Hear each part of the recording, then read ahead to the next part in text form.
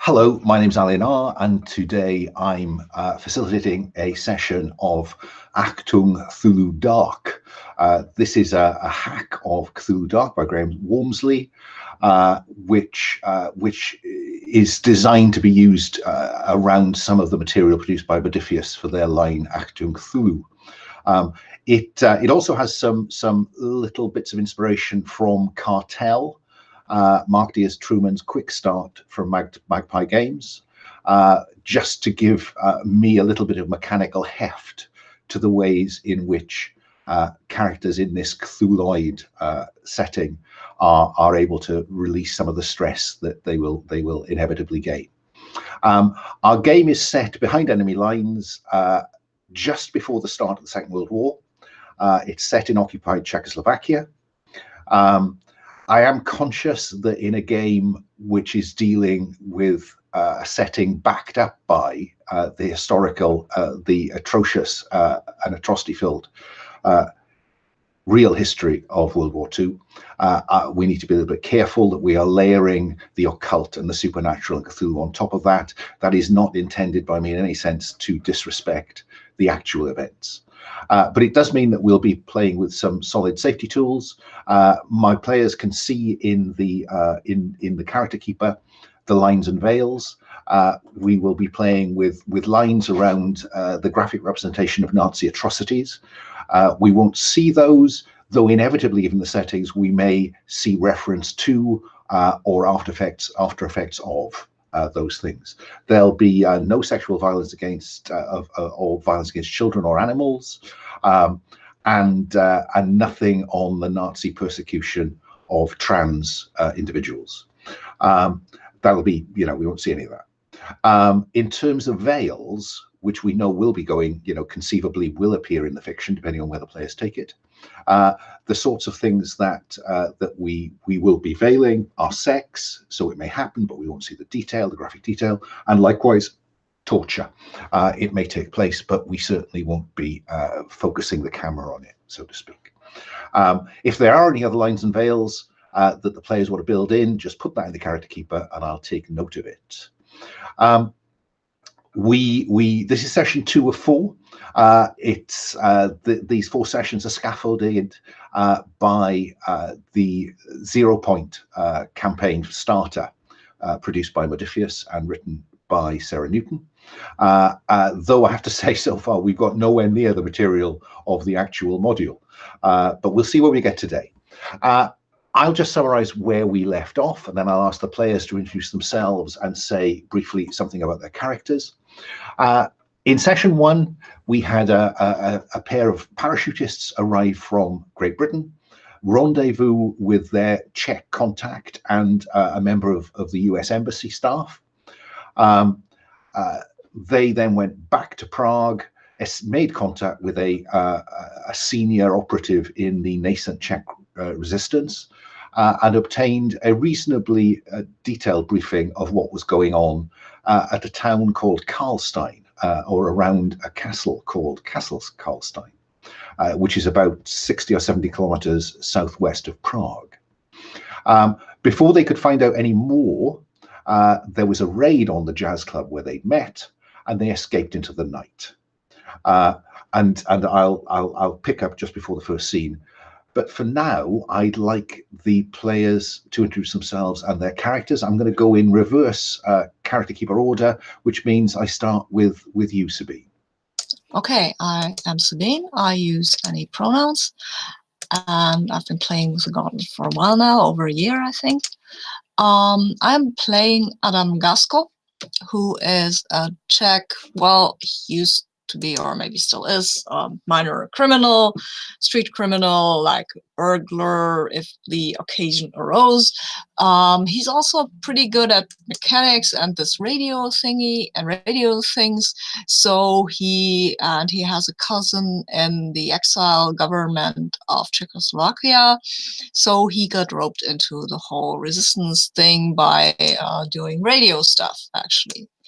And right now I don't know where he is, but he's really thirsty for knowledge. He wants to know stuff. That's his thing. Thanks very much. Then Paul, tell us about yourself and Adrian Carton. I can't pronounce it. You pronounce it. Hi, I'm Paul R, he, him, and I'm playing Adrian Carton Devart, who is a old British soldier, originally a Belgian aristocrat. He has seen service all over the world, including against the Mad Mullah in Somalia and World War One. And he is the commando character. The hard bastard, as we describe it. Okay, Walter, would you introduce yourself and your character Ben Hart, please? Yes, I am Walter. I am he, him, and making the morning shift here from California. I am playing the tough NCO, Ben Hart. So Ben is a veteran, although not nearly as advanced as Adrian. He's served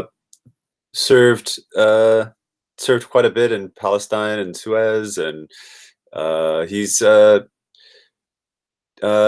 up in Devon, and he's tough, he's reliable, and laconic. He gets his job done. The tough NCO, Ben. Thank you for that. And then finally, I should have said Sabine didn't play last week, though she did do character generation with us. So technically, she's new to this in this session. And the other new player to this session is Will. Will, just introduce yourself and tell us about the character you're going to be playing this afternoon. So I'm Will, he, him. Been playing the Gauntlet about a month. And my character is Radim Zakpal, who is a Czech history professor who is also a covert member of the Czech resistance, and has maintained a sort of correspondence with his old academic acquaintances from the UK, who are now all in the military intelligence branch, all the Oxbridge boys, using ancient Slavic script, Glagolitic, which the German censors and the Czech authorities couldn't possibly intercept because they don't know what it says because it's too old. I'm one of maybe like 10 people who could intercept it. And yeah, Radim is driven to find out the secret history of the world, and he's very put out that this occupation is making it hard for him to actually do anything the Nazis won't instantly seize. Great, thank you very much.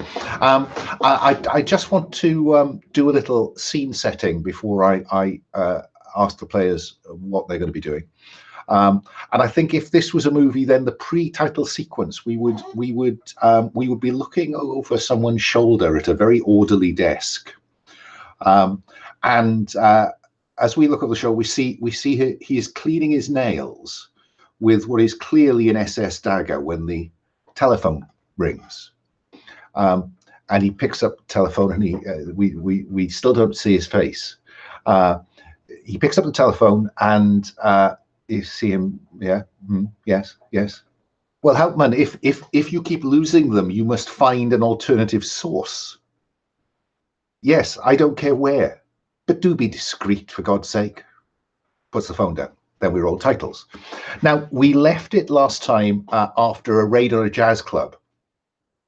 I can tell Ben and Adrian that the last we saw of Lenka, your Czech resistance contact, was her being stopped at a Nazi checkpoint in the middle of Prague as you escaped in a different direction. Once you got far enough away, Joe, the guy from the US embassy, peeled off to make his own way back to the embassy because he's feeling slightly nervous that this raid, he really can't be picked up given the US's neutrality. And so Adrian and Ben make their way back to the safe house. And I'm just interested in having a scene either that night or the following morning with Ben and Adrian. How are you responding? You know, is it later that night or is it the following morning? And what are you discussing? So over to you, Adrian and Ben. Yeah, I would imagine that after what happened at the jazz club, even making it back to the safe house, it's pretty hard to get to sleep, and they're probably Ben is cleaning his gun and keeping an eye on what's going on, listening intently, wondering if they've been followed, wondering, is this it? Are they coming? I think on the way back, I shall attempt to purchase some alcohol from some sort of like shady side street cafe. Yeah, I'll just purchase a bottle straight from the barkeep and take that home, and I will definitely be drowning a few shots of whatever the Czech local hard spirit will be, because I doubt that where I went would be selling anything resembling Scotch or a decent English liquor. Or indeed a Swedish liquor, given that your cover is a Swedish bird watchers. Yeah. So Adrian is getting drunk. Yeah, I'll definitely be downing quite a few snifters from this bottle. And leaving Ben to keep watch through the night. Well, I think we should be reasonably safe in the safe house, so I wouldn't expect Ben to hold a watch. I mean, we're in the basement. We've got multiple escape routes. What I probably would do, as well as locking the door, actually put a door wedge in it, so that it would really sort of be hard for any Nazis to break in. Okay. I've got a question for you, Ben. On the basis of this mission so far, which member of the team do you care least about? Interesting. Who do I care least about?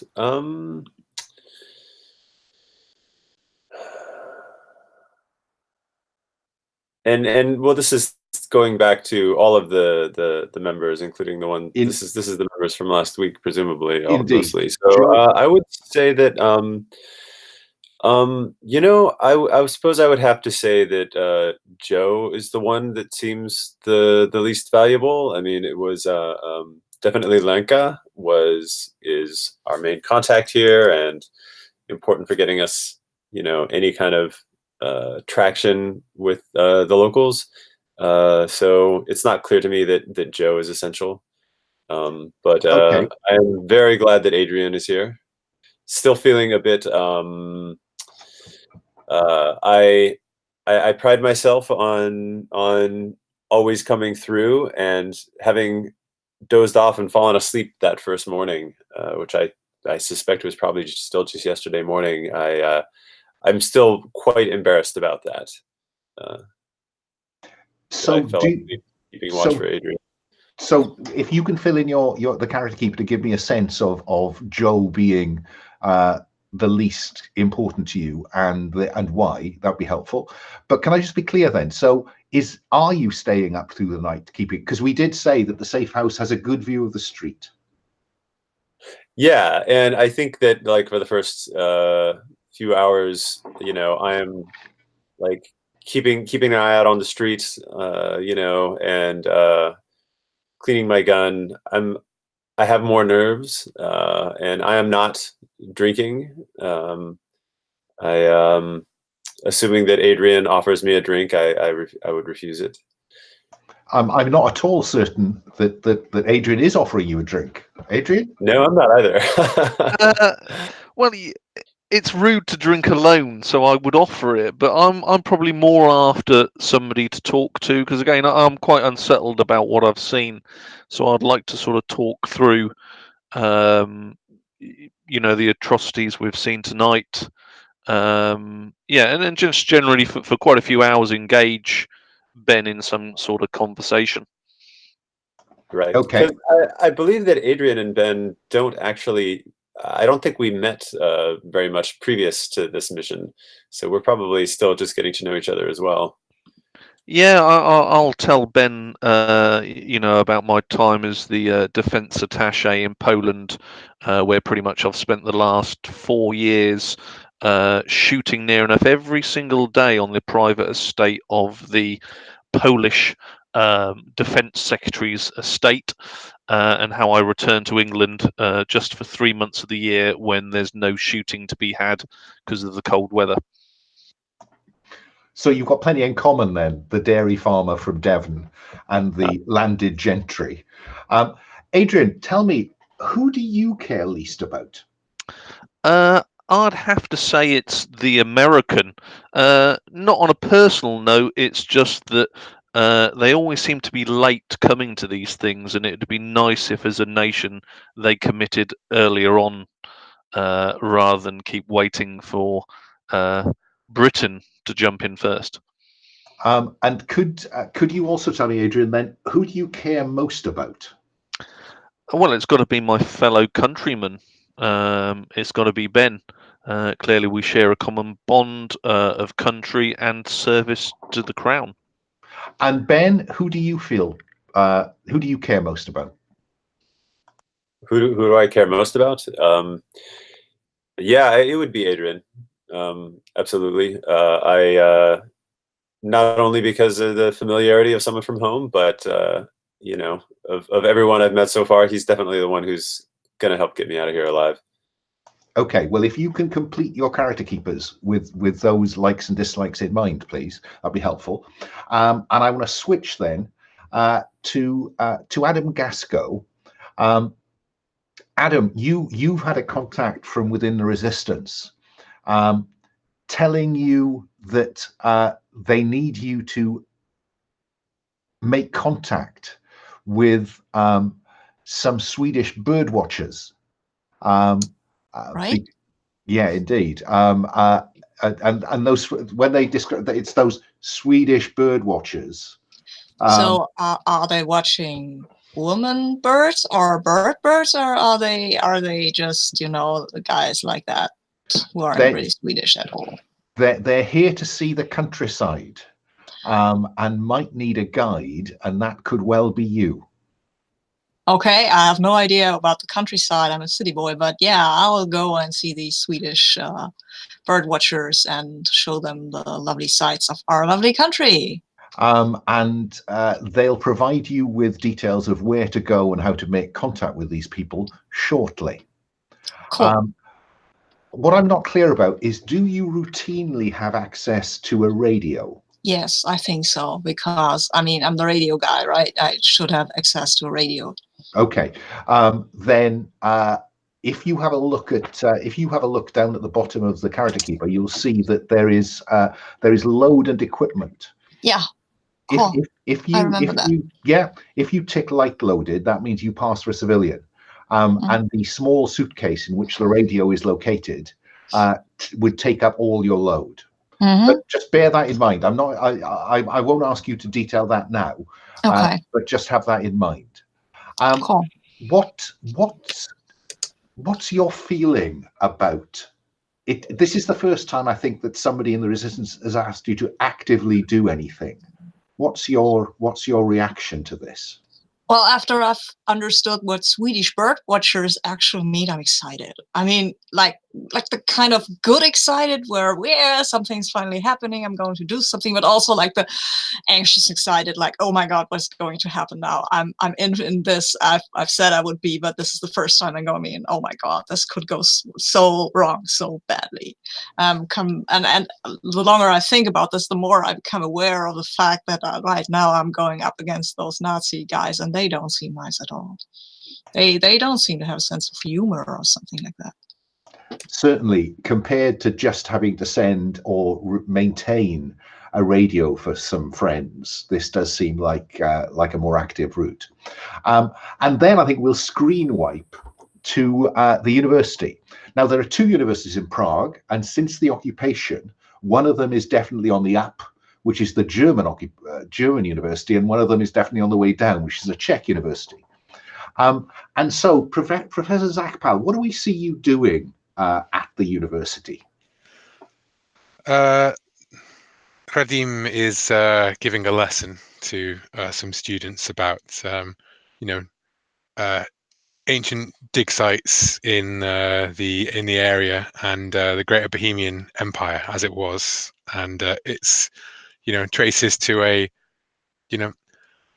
legends of inhuman creatures that walked among us, lizard men and other such things, and how they recur across all myths of the region, and the sort of sneaking in some sort of nationalism there as well, and saying about how it's a shame that in these current days, the loss of Czechoslovakia and our identity, that we may never find out the truth behind our history. That's quite a bold statement to say in the current circumstances, but because you're at the Czech university, that's probably safer than it would be.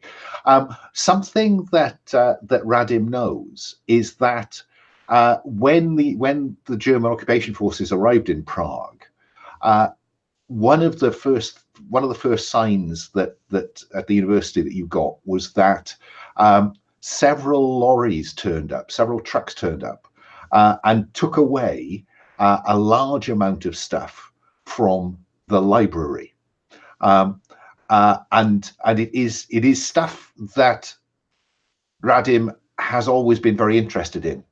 It is this stuff from the deepest part of the library stacks, which are not available for loan, but quite a lot of stuff was shifted out. When the librarian, Karolina Pokorny, realized what was happening, she managed to sneak the archives, the drawers of card files on these documents. She managed to get those out of the library before the Germans found them. So they've got an awful lot of books, but they don't have the catalogue. And that catalogue was taken to a safe place. It's about 30 kilometers away, in a convent. So I'll just give you that piece of information. And that is the context, I think, for when you get your peculiar letter from a friend called David in Britain. And what this asks is whether you know anything about someone called Ernst von Kammerstein. David is interested whether Dr. Ernst von Kammerstein has appeared in Prague, or whether you have heard of him being in Czechoslovakia. Would that draw upon my academic knowledge, perhaps? I think I'd be very happy for you to roll to investigate. You'll find it on the basic moves tab, with expertise.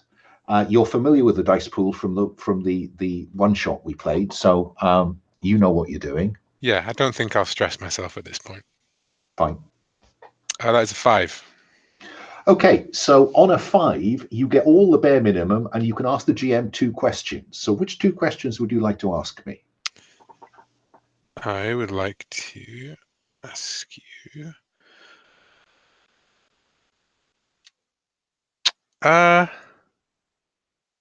Oh, I can ask you any question. Sorry, I'm so used to playing Powered by the Apocalypse games now, where I'm trying to find a list of questions. Have I heard of this doctor?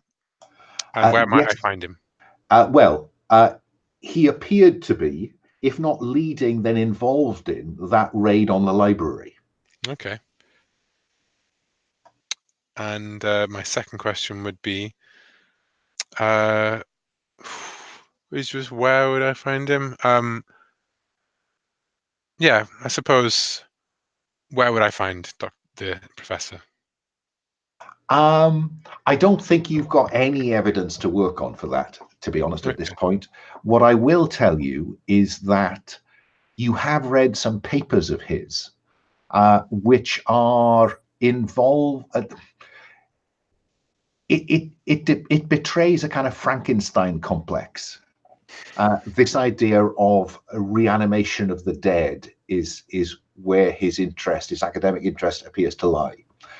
And that's when you get a phone call from a contact in the Resistance asking you to meet a young man who will be carrying a suitcase at a coffee house in the middle of Prague.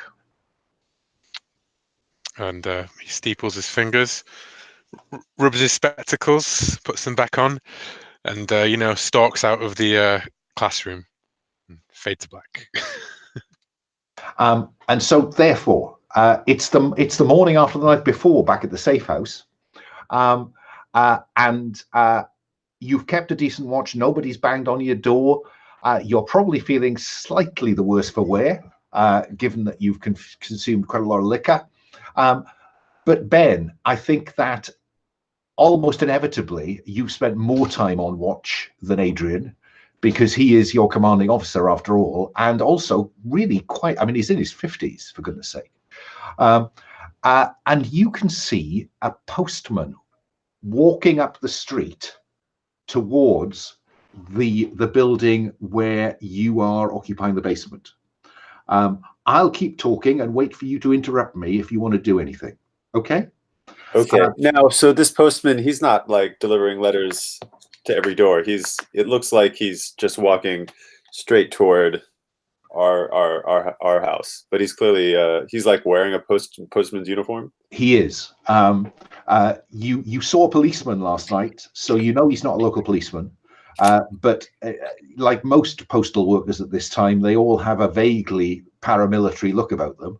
But he's certainly got a big sack that is the giveaway. And I think that you know he's a postman because he stops 2 doors further down, and you definitely see him putting something in a letterbox. And then he comes towards the house that you're in. And he goes, because yours is a communal entry with a variety of apartments. And you've noticed when you've come in that there's a bank of pigeonholes in the hall where letters are put.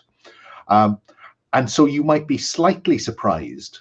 And the hall is directly above you. So you hear the door open, you see him go in, see him go up the steps to the front door, you hear the front door open, and then you expect to hear some shuffling about up there, and then him leaving.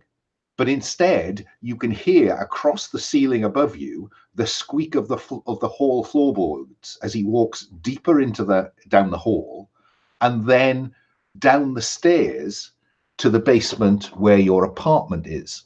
What do you do?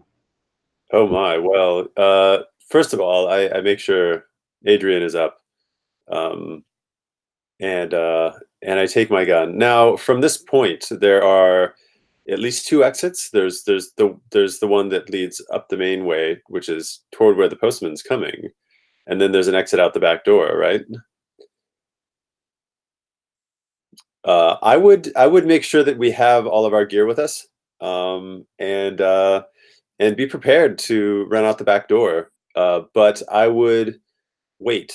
At least I suppose I would kind of wait, like, with my foot pointed toward the back door, but close enough to the front door that I can hear if this person's going to attempt to, say, communicate in good faith with us inside.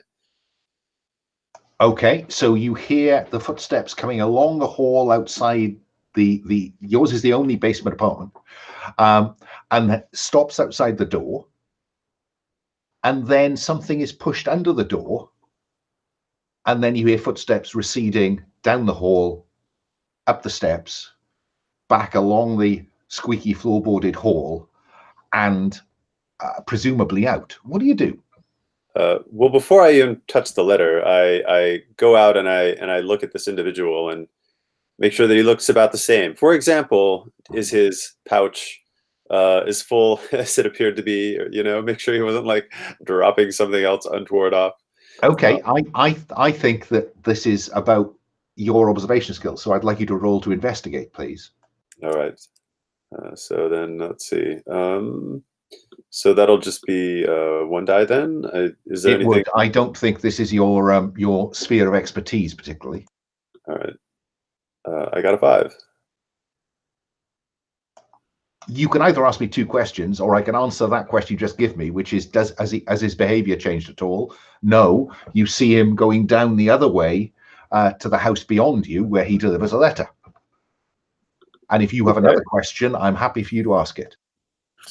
Let's see. Let me find this list here. Investigate. Okay. So I can just ask any 2 questions, right? All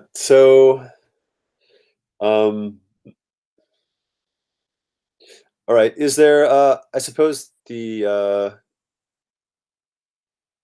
All right. And then I guess the other question would just then be, is there like any other, you know what, I want to hold on to the next question if I can, until I pick up the letter. Okay. I'll pick up the letter. It's not a letter, it's half a postcard. Okay. On one side, it's been torn in half. On one side is a picture of, you presume, some bit of Czechoslovakia, a Czech town, with Karlstein across the corner, and on the flip side is a note that says,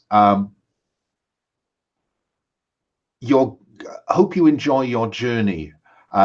Your guide will be in touch shortly, and it's signed Gaston. Huh.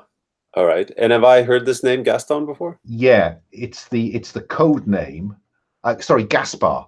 It's the code name of the member of the resistance that you came across, that you rendezvoused with Jazz Club. That's right. That does sound familiar. Okay, so that's the person that we met the night before and that we all escaped with. Yeah, that's right. We met Gaspar. Yeah, he turned right. We went left. That's right. Yeah. Okay, excellent. Then, all right. Then I will feel much more at ease. Then probably a bit more at ease than I have since the night before. Now, of course, there is some possibility that this is like some kind of a trap if the Germans caught Gaspar, but I think we don't have any choice but to, Yeah, I think they'd have raided us directly if he gave us up. Yeah, so, you would think so. Yeah. I think you're spot on there with that. So okay, then and does it give it says he'll contact us, so then I suppose just sit tight for now. Okay, I'm going to screen wipe to be honest, we spent a lot of time last week with agents trying to identify whether the person they were talking to was the right person. So I'm going to assume that Adam and Radim successfully rendezvous. Yeah, unless you're really keen to have a kind of cloak and dagger encounter in the cafe. I believe that I would have been given some kind of way of identifying the guy I was talking to, so I guess I'll walk up to him and say, "Nice weather for bird watching, right? Even especially if you were Swedish." And I'll say, "Yes, I have often wanted to find a Swedish bird watcher. They have much to teach us, I think." Yeah, I'm really curious. They seem to have. I've heard the Swedish birds are really pretty, and I'm winking at you like, "Hey, Swedish girls." Yeah. Okay. We have the address for meeting these Swedish bird watchers, right? You have been given, Adam, half a postcard with the address of the presumed rendezvous on it. Okay. And so, unless you want to make any, I just do need to know, Radim and Adam, you are both. Radim, I see you're light loaded. Adam, are you lightly loaded? Am I lightly loaded? To be lightly loaded is to pass for a civilian. Yeah. If I were medium load, means that people would see that I'm loaded, kind of, for maybe not bear, but maybe for something. Something. No, I think to rendezvous in the middle of the city, I'll go light loaded. Fine. I'll just take my radio. Fine. You go to the address. It's a basement apartment in a nondescript terrace of housing in the middle of Prague, and it's downstairs. And What do you do? Knock on the door? What are you going to do? What are you going to do? I'm going to knock on the door. Adrian, Ben, door's knocking.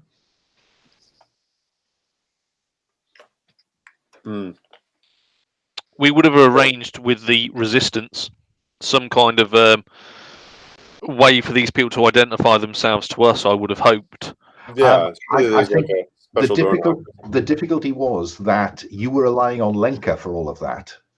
And the last time you saw her, she was being picked up by a Nazi patrol. So I think that she was expected to be here with you, I think. So no, you have very little to go on, apart from the half postcard you've been given.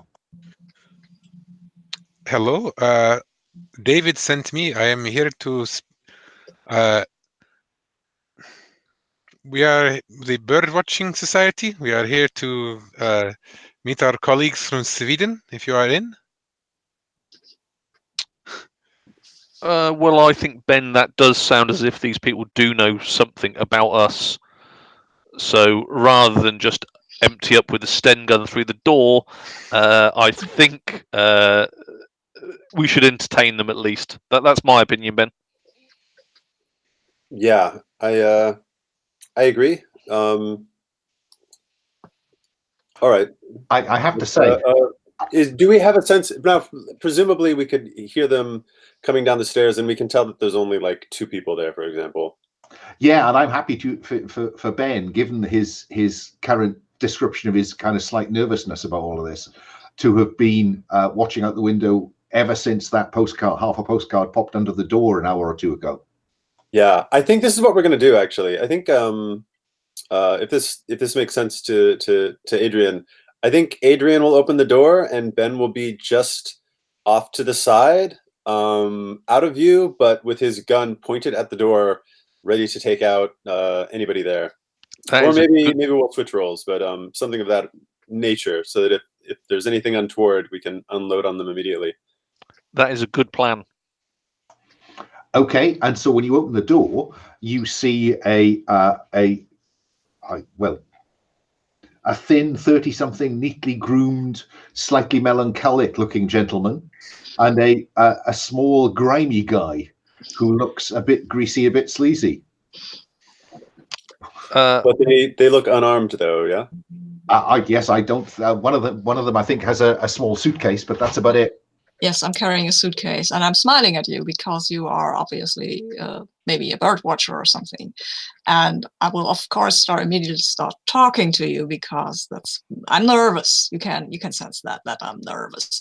Hey, you're Swedish bird watchers. Wow, I've never met Swedish bird watchers before, but that we have many birds in our beautiful country. Yeah, can we come in? Yeah, we should come in. Come on, Professor. We're I'm Adam Gasco, by the way. That's my name. Yeah. As soon as I'm imagining, like, Adrian kind of gives a nod that these people don't look threatening, and Ben immediately like kind of tucks the gun away so that to not be threatening, and not give away too much of how we're armed and what we have with us. But it's still close at hand if I need it. It's like under my jacket or something. That's fine.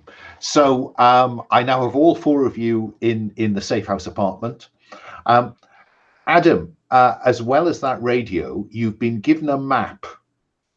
Can you, if you go to the mission tab, you should find a map of the Karlstein area.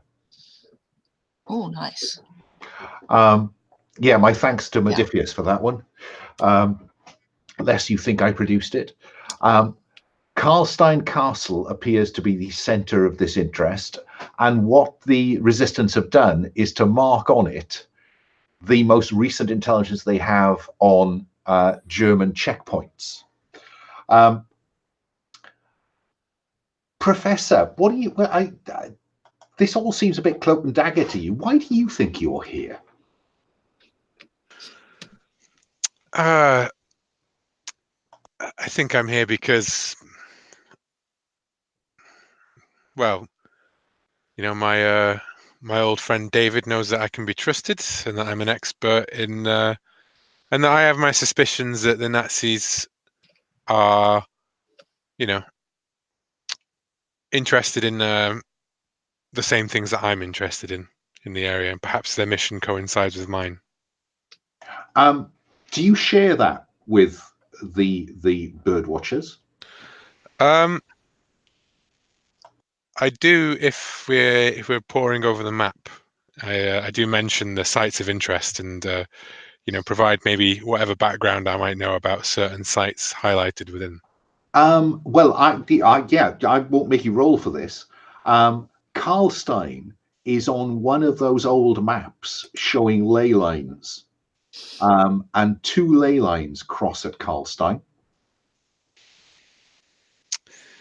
Okay, interesting. I outlay my theories on. And, you have heard of the theories of ley lines, conduits of ancient power that course through the world, and where they intersect, they can be. The legend said they can be harvested, and the Germans have an interest in this beyond their technological power and armies. They seek to conquer the very powers of the earth as well. Wow, I never knew that. Yes, there is many things I do not think you know, my friend, but we are all here to learn, correct? Right. No, actually, yeah. I thought we were. Oh my God, I'm not that good with this whole. This is my first time of bird watching stuff, and I'm used to it, and I don't know how to talk like that. But yeah, I'm here for. It is okay. I am sure that I myself could not fix radio, so together we will fix our country. Hey, do you think you could use these ley line stuff to power radio? That would be interesting, right? Wouldn't it? And Radim is shell-shocked for a moment at the thought of a radio powered by ley lines. What do our hardened British Army personnel make of this conversation? Well, Ben is looking very concerned, and Ben interrupts and says, "Look, I'm wondering about the children. What do they have to do with ley lines? There are missing children, no?" I've not heard of that. No, missing children. That's bad. I guess. Can we just zoom out? I can't remember what was the actual mission spec given to us. Okay. The bottom line here, maybe I should have done all of CATS at the start. Now I come to think about it, but never mind. So the British intelligence have learned that a German unit appears to be committing atrocities. Where am I looking for my bits of paper? Here we go. Reported Nazi abductions in occupied Czechoslovakia. The objective of the mission is to obtain solid evidence that this is actually taking place, and because then it has propaganda value back in London if and when war breaks out. So you've been dropped with the intention of finding proof of what's going on, acting if necessary, but most importantly, getting the evidence back to the contact in London. The bit about these abductions that Gaspar was able to fill in was So the occupation is about 5 months old, and shortly after that, the occupation began. A company of German troops arrived at Castle Karlstein and undertook. It used to be an asylum. They cleared all the patients out and began a program of building work. Took about a month, and then when work had finished and the contractors had gone, a local parish priest, a Father Andrei Cherny, apparently got into the castle and discovered a group of children being held there, and he got out with 4 of those children. He'd been tipped off, the resistance believes, by another priest, and that other priest, Father Pavel, was then arrested and hasn't been seen since. Father Andre is somewhere in the vicinity.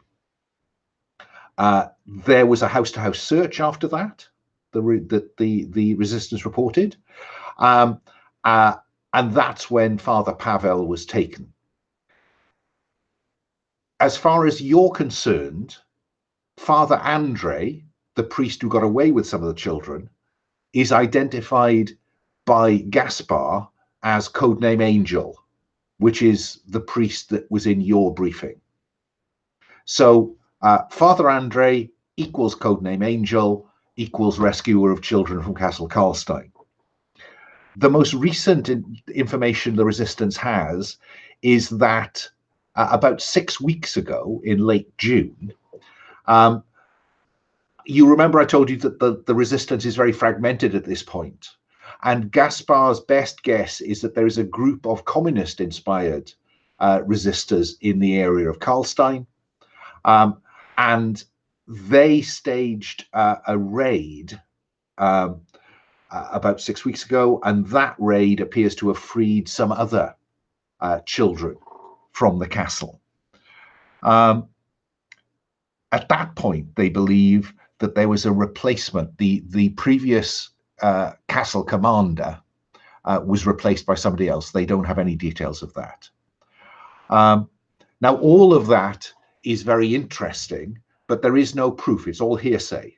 So the mission's objective is to find out exactly what is going on and then to get it back to London where its propaganda value could be assessed.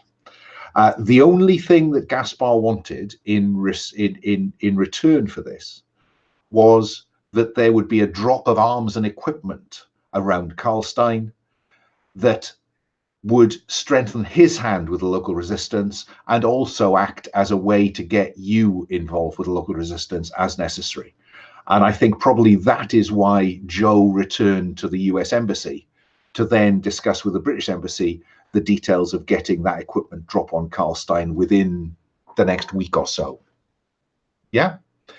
Does that catch you all up in terms of what the intent was? Yep, very well. Mission then, contact local communist resistance. That's our first order of priority. So I will thank Radim for his insight on ley lines. And so I'm sure if we see some, they'll be very interesting to see. But this is the mission at hand, chum. We need to get there and contact, using your local knowledge, these communist resistance fighters. You cannot see ley lines anyways. It is inconsequential. But of course, I suppose I should get dressed for an expedition to the countryside then. Yeah, Excellent. Do these communist guys, do they have radio? Do you know that? If they have, because we might turn into their frequencies and get some information there. I think the trouble as far as Gaspar is concerned, the trouble is that he has very little concrete information about their operating procedures. Oh. Clearly, they had sufficient arms to support Codename Angel in a raid, but he doesn't think that they'll be terribly well organized yet. And part of the reason to send you is if they don't have radio, to provide them with radio, and there'll probably be a radio in the equipment drop as well. And then it begins to knit together. They had to get their arms from somewhere, right? Yeah, but it could be, hunting rifles and shotguns. Yeah. So, okay. So I won't go contact my fellow guys who deal in arms because they might have hunting rifles. Yeah, that's totally sensible. So, okay. So I should tell people that I'm going to a trip to the countryside and get my stuff and stuff like that. What kind of stuff do I need? I mean, I'm asking those British agent guys. What kind of stuff? Is there anything special we might need for? I don't know. Do you think we should maybe shoot down some birds for stuffing or something? Yeah, I think we provide you a list of things that we think it would be useful for you to have, but maybe we'll just Allied, what's on that list in lieu of the how we're running equipment here? I think the major question is whether Sabine's going to continue with the light load, which is just consists of a radio, or if she's going to step up to medium load. I will step up my load, but if we're going on a journey, I can take more luggage with me anyway. Well, before we get into the detail, I suppose my question to you all is, how are you going to get to Karlstein? And then I'll ask the question about, is there anything in the car that is suspicious? And that may then inform the nature of the load you want to be considering. It's probably too dangerous to take train to Karlstein station. Do you have a car, Professor? I do have a car. I suppose it could fit all of us. I have my papers may even provide some sort of cover if we are stopped. I am visiting one of the dig sites in the area. Oh, sounds great. That anticipates another question, which is, what cover will you have if you are stopped on the road then? So you're going to travel by car. The cover appears to be driven by the professor and his papers. Is there anything else you want to tell me about this putative journey?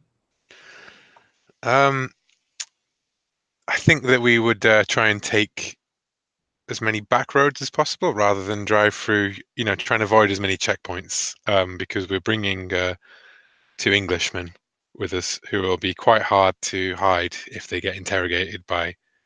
Yeah, I think we need to assume that we're going to be interrogated at some point, and so I think continuing with the idea that that Adrian and Ben are bird watchers, and that we're sort of like, while we're in transit, that we're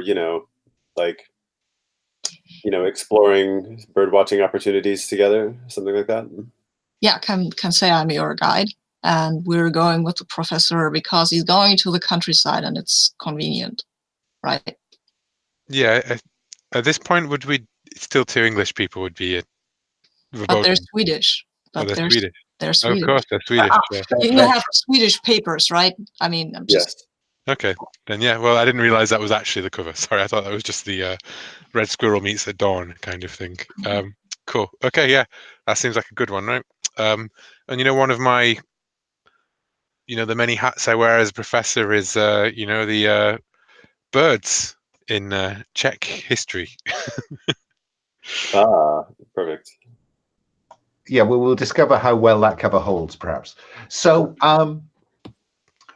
you could probably get to Karlstein tonight if you really, floored it. But given that you're going to take a more roundabout route, I think you'll probably end up leaving this afternoon, breaking somewhere this evening, and then moving on tomorrow morning. Or do you want to wait in Prague for another night? Well, what do you think, gentlemen? I think we should set off so we can get to Cranstein with at least some hours of daylight there. So if we set off now and pull off the road at some stage, get our heads down in the car, off the road, we should be fine. Yeah, there are more Nazis in Prague than in the countryside anyway, so might be safer. I mean, interestingly, Radim, the Convent of St. Agnes is about halfway between here and Karlstein. I mean, a place where we can stay overnight and take the car away from prying eyes. They can be trusted. Well, time will tell, but yes, fair enough. So I do need you now then, each of you, to mark load. So we've got Radim, Ben, and Adam are traveling light loaded. Adrian, you're going for a medium load. You can all carry a knife of some description. It takes no load, but it would be suspicious, but it can be hidden. And so Ben and Adrian, I'm assuming that do you have that knife? A knife? Yeah, I mean, I think we even had more. I think we had medium marked right after the drop, and then we just switched it to light for our evening out at the jazz club. So I think we do have equipment in the safe house to... You do. I suppose what I'm trying to work out is where the stuff that takes no load, it is, however, suspicious. And it's just, I just want you to be aware of that. So then let's cut to you on the road heading southwest with the professor driving, Adam in the front with a map, perhaps, and our two Swedish bird watchers at the back. Yeah.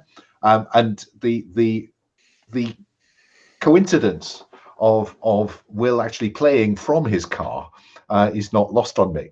I think he's actually on the right side to be driving in Czechoslovakia as well.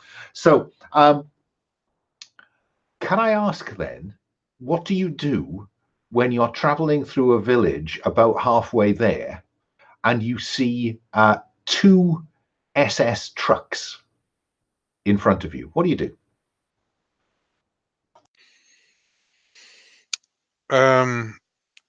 I think Radim tries to play it as casually as possible, and you know, just give them all the room that they need to get by on the road, and you know, like just treat it as though it's just another day out in the countryside driving. So now they're in front of you, driving ahead of you. Okay. And can you tell me, I'm assuming, Radim, but I don't know this, that you're expecting to spend the night at the convent? That is my expectation, yeah. Fine. You let the trucks get some distance ahead of you, and it's not that you're following them, but it does appear that you are following them because they appear to be heading in a similar direction to you.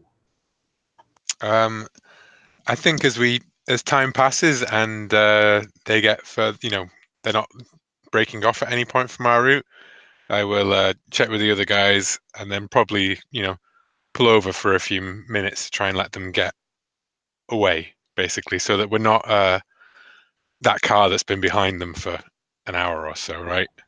Fine. And shortly after that, you begin to take some of the back roads that you talked about. So the village that the convent is nearest to, it's about a mile outside this village, or less than a mile, half a mile outside this village. And the village is, by the time you get there, because it'll be getting on towards late afternoon, early evening, I'd have thought. And you turn to go to the convent. There's a sign that says Convent of St. Agnes, bracket, and orphanage, bracket. And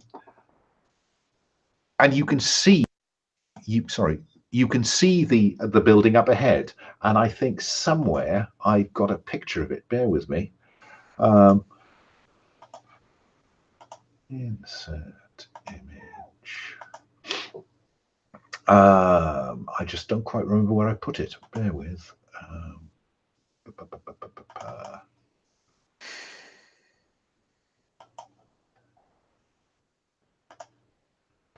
Oh, I do sometimes wonder whether I should bother with illustrations.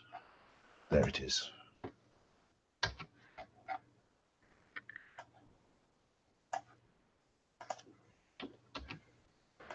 There it is. It's in the mission tab now, underneath Joe. We'll just make it a bit bigger.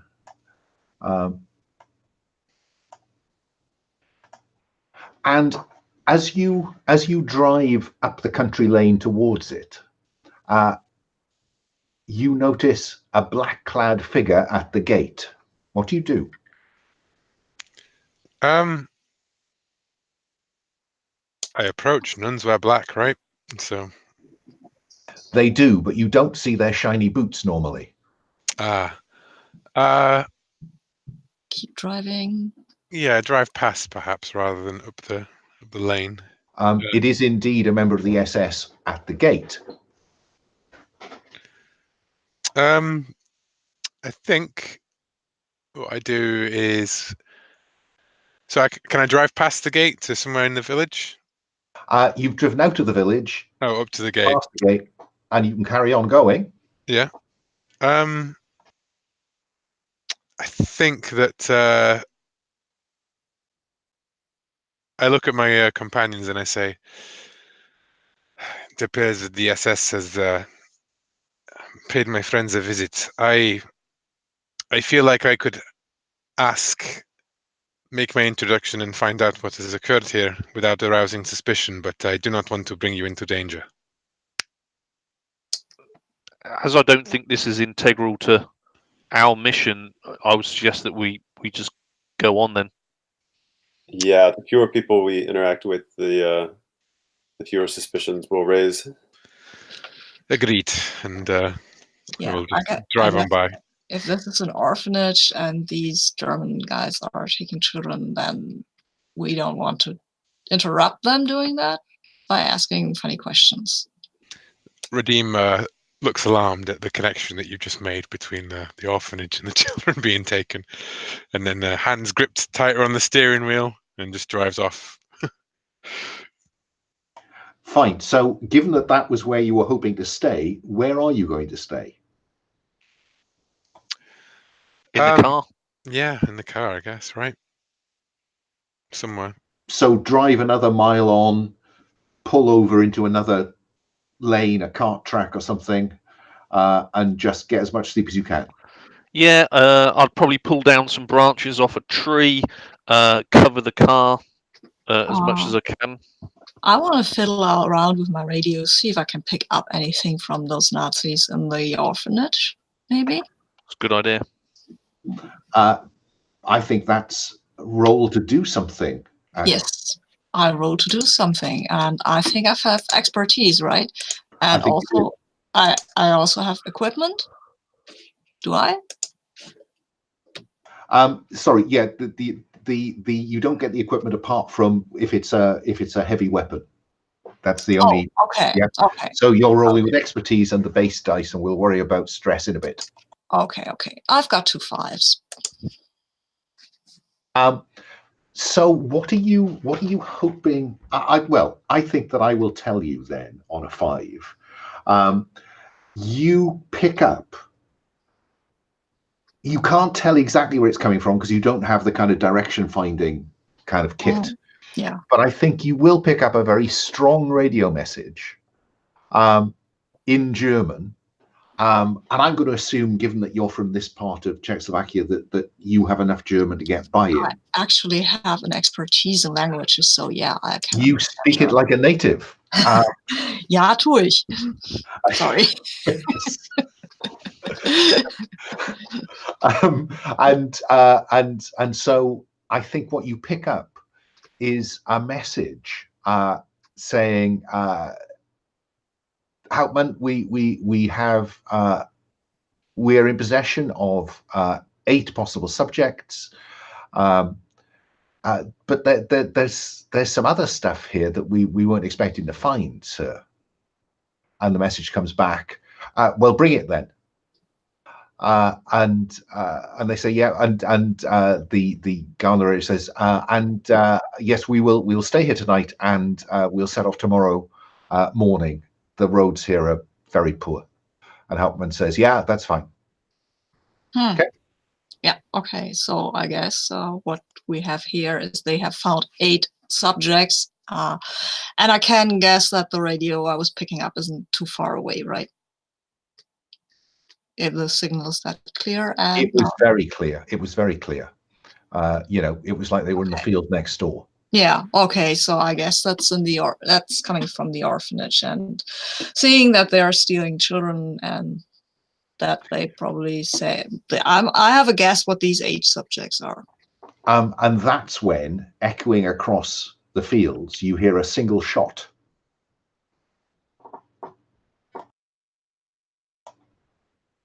And then another one.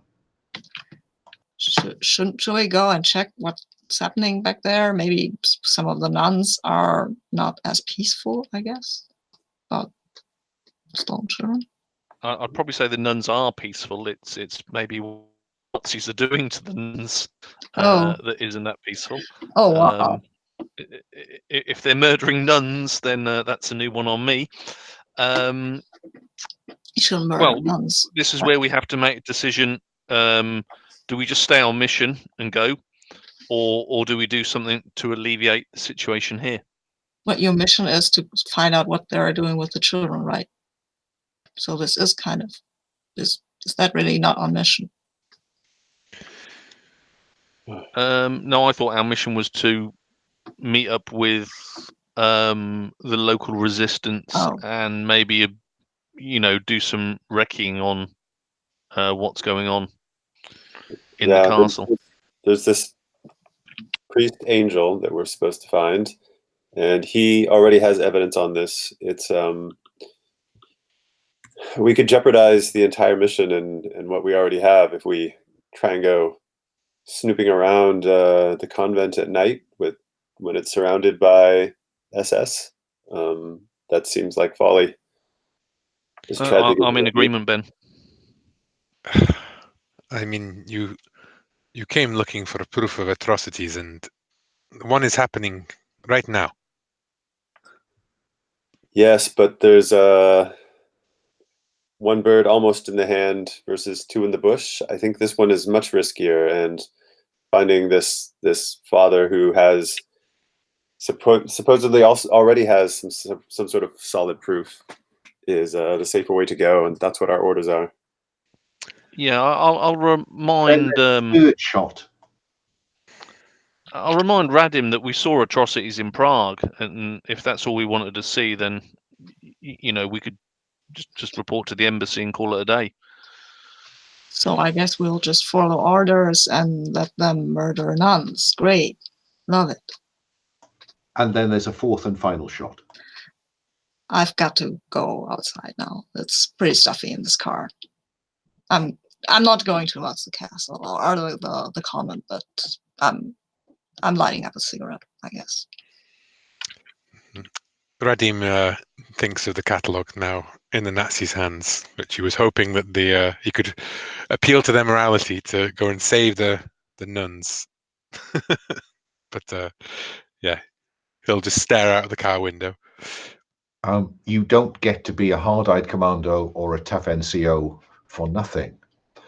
So Dawn, the atmosphere in the car strikes me as a little less chummy.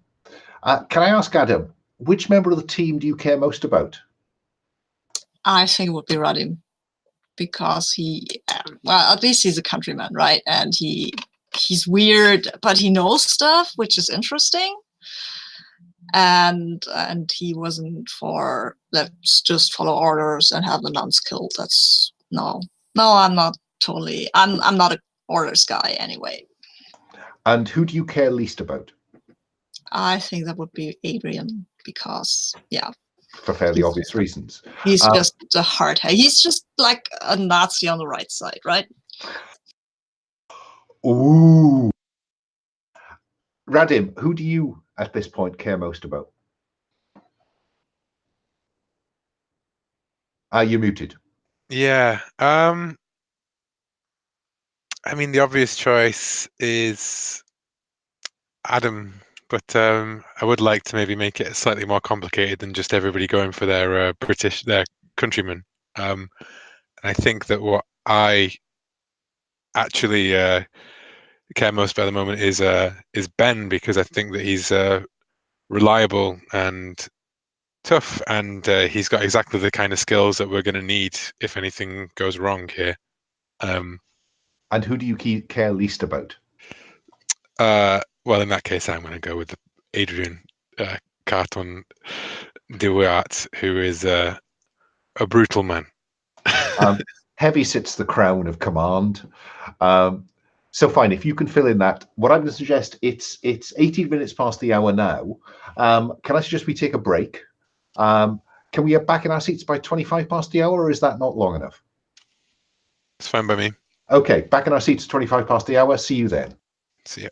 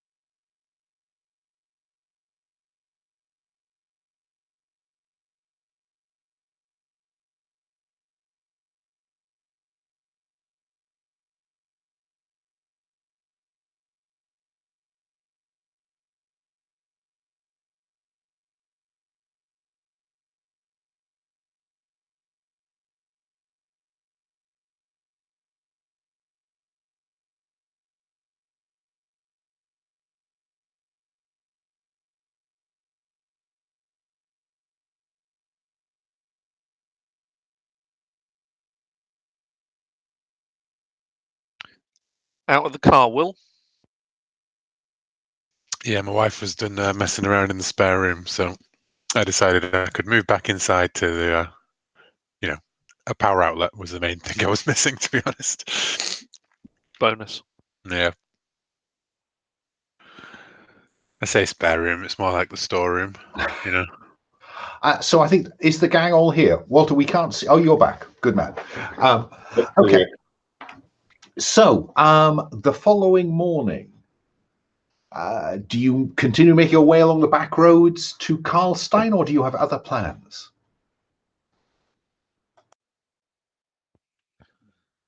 I'm happy to go do a recce on the convent. By car or on foot? Well, we're only a mile away, so literally that's 20 minutes, if that. Are all of you going? Yeah, so this is, you just want to take a look around early in the morning? Yeah, just view it from a distance. I just really want to see if there's any evidence of Nazis still there. If there isn't, we can proceed in closer. If there's still Nazis there, then probably best to pull back. I think Radim would want to go and, see if the Nazis have taken the catalogue, so forth. Well, bird watching is best early in the morning, so might as well take a look. Okay, so I'm going to cut to the edge, a hedge overlooking the convent. And I think that given that you will have not had a particularly comfortable night, I think you're likely to be up early.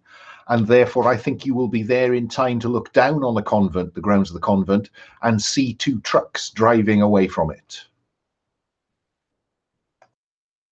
Do we see who is on the trucks or what is on the trucks? Anyone brought some binoculars? Oh, that's the number one thing we would have brought. Yeah, so, you had them previously, didn't you, Ben? Yeah, well, it's part of our cover if nothing else, and Okay. of course, useful. Then Ben, just mark that you have binoculars with you in your equipment, and mark a point of load on the way, of equipment under load. And yeah, I think I think probably you, as one of them turns away from you to head towards the gate that you passed, you will get a good enough look into the back of the last truck to see a group of children and a couple of SS guards. Ah, well then, it's true. They are taking children. That can be good. Or did they take the children? Were they all? I don't know. These guys are pretty much obsessed with blonde and blue-eyed children. Maybe they're, I have no idea, breeding program or something. What do you do? Okay, quick mission estimate. The speed they're leaving there, if we could get back to the car and get it to block the road, is that a viable option?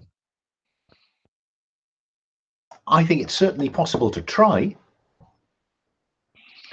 Okay, then I'd suggest that if we do want to intercept this wagon, maybe the two Czechs get in the car, block the road with it, claim broken down. Myself and Ben from a vantage position will then probably either of us can then assault the Germans, and then somebody else act as a kill group. Any ones that flee, we'll pick them up. I bow to your expertise, my friends. Are you seriously suggesting that we could attack these Germans without completely compromising the mission? Well, they'd definitely be missing for quite a few days. It may ramp up the. I don't think it would initially cause too much of a problem. You're 100% right, Ben. After a period of time, they would definitely get very suspicious about where their guys are gone.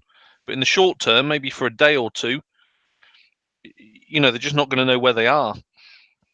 We can always. The resistance would be happy to claim credit for it. We can. Are you discussing, or are you acting? Because those trucks are driving away.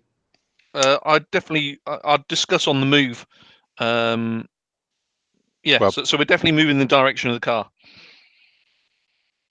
Well, Adrian's in charge, and Ben is gonna follow orders, but you can tell from his demeanor that he feels like it's a mistake. Radim is very happy with this. Yeah, so's Adam. Okay. So I now see you two go forwards. Me and Ben will set up a kill group here. Yeah. Just so I'm clear, they've set off towards the main road. You've pulled around the back of the convent on a back road. You think if you keep going down this back road, you can get to the main road before them. Yes, and then block it and claim that our car broke down. And my assumption is you'll deploy from there, because by the time you get across country to there, they'll have passed or be at the car. Yeah, as long as it's viable, that we can get in position to set up an ambush, then it's a go. If it's not, then it's not worth taking.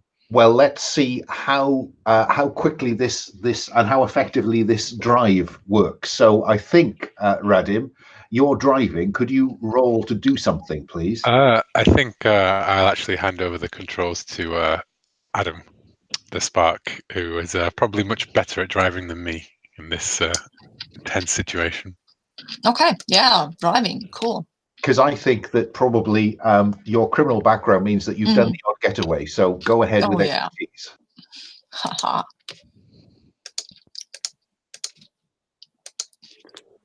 Oh wow, I've got a 3. Maybe I should roll the stress die just to see if I can't. I'll add a stress die and reroll because I really want to do this. Yes, I've got a 5. Okay, so with a 5 on do something, you succeed. The GM will offer you some extra benefit. The extra benefit I'm offering is that you can get the car across the road you expect the trucks to be on. There are 2 trucks. And there is time for 2 of you to deploy away from the car if you want to, or all of you to deploy away from the car. But you're going to be within about 20 paces of it. This isn't on a hilltop, you know. Good enough, Adrian? Yeah, and I will grab my Bren gun out of the boot. And I will start fiddling around with a motor block and take out or maybe do something so that it actually looks broken down.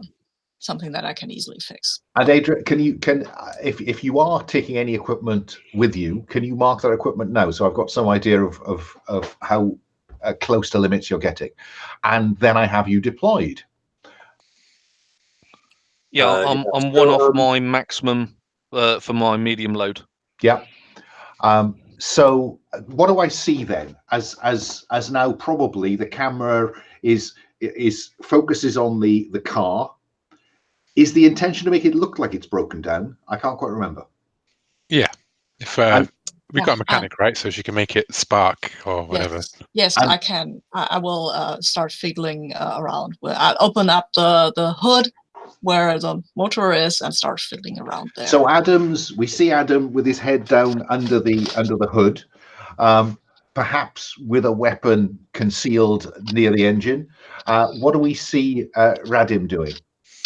I think Radim will stand by the car, looking like doing his best to look all flustered and irritated, and get himself a bit dirty and roll his sleeves up so it looks like he's been, stressed out. And can this guy fix the car any faster? Kind of. And all I need to know really is whether Ben and Adrian are together or separated. So I'm open to another plan, but I think that we're going to be separated. It looks like Adrian took a Bren gun, which is probably longer range, and I think Ben has a Sten gun and 2 grenades, which is a bit closer. I think the idea is Ben will probably be hiding a bit right up next to the road, and well, Adrian will have like a point of advantage to use the Bren gun from. What do you think, Alan? Paul? Does that sound reasonable? That's an awesome plan, and I'll just tell you that clearly I'll beat whoever first with the Bren gun, and then I'll switch focus to the rear vehicle if it tries to leave, and basically I'll go off your cue. Whatever you attack first, I'll either assist that or just switch fire. As soon as you get close, I'll switch fire. Are you going to wait until because you're hoping the truck's going to stop, aren't you? Are you going to wait until they stop? Could I make a suggestion, perhaps? Which go ahead. Perhaps one of our tactic would be to say that we can't fix the vehicle. Perhaps your men can help us move it off the road, so we get more of them outside of their truck and in a position where they can be fired upon. That probably means I'll end up shooting the car. That's true. I hadn't thought about that. Yeah. Never mind. So are you waiting for it to stop, or are you opening fire as soon as they're in range, Adrian? No, I'm expecting them to stop. If they decide to cleave through the car with a light truck, I don't think that's a wise move. They don't. They honk the horn, but once they get within about 30, 50 yards, it's clear that there's something wrong with the truck, and so the trucks come to a halt, and somebody gets out the passenger side of the first truck and reaches in for his machine gun, and he comes around to the front of the car and begins to kind of shout at you in German. He's telling you, get this out of the way. This is I'm on official business. No, but it's broken, and I'm starting to tell him that its car is broken down. And then it sounded like Ben was going to do something. Yes. Sorry. Yeah. So I'm hoping I'm in position, like, hiding behind a bush or something, or under a little depression by the side of the road, that I can see into the back of one or both trucks. And can I tell if there's children in the back of both trucks? I think I don't think you're going to be far enough up the way to see in the back of the last truck. You know that there were children in the back of the last truck because you saw them with binoculars. You cannot see if who's in the back of the leading truck. Damn. Unless you want to move to be able to see.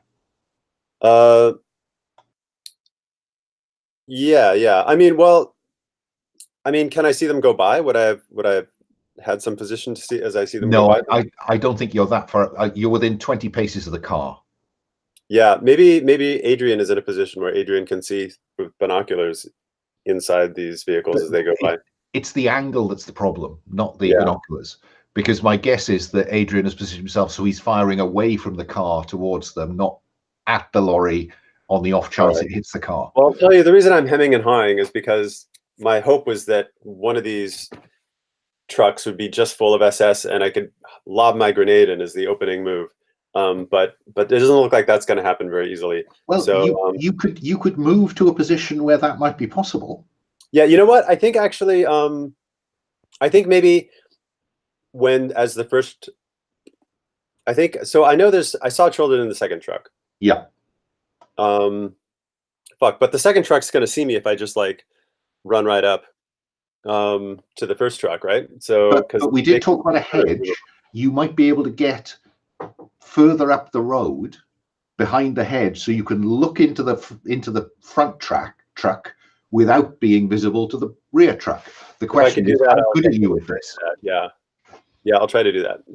Okay, so I think there's no question here that you are. This is about expertise. This is about your survival skills.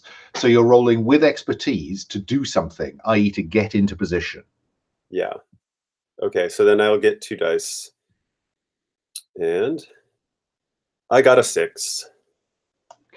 Okay, so on a 6, this goes about as well as it's possible to go. So you sneak up behind the hedge. There's a tree to one side of you that screens you from the driver of the second truck, and you can see across into the back of the other truck. and you cannot see any children there. However, you say what you see or realize that's either beyond human knowledge or a reminder of the horror of war. What do you see in the back of the other truck? And I'm happy to fill in that gap if you don't want to.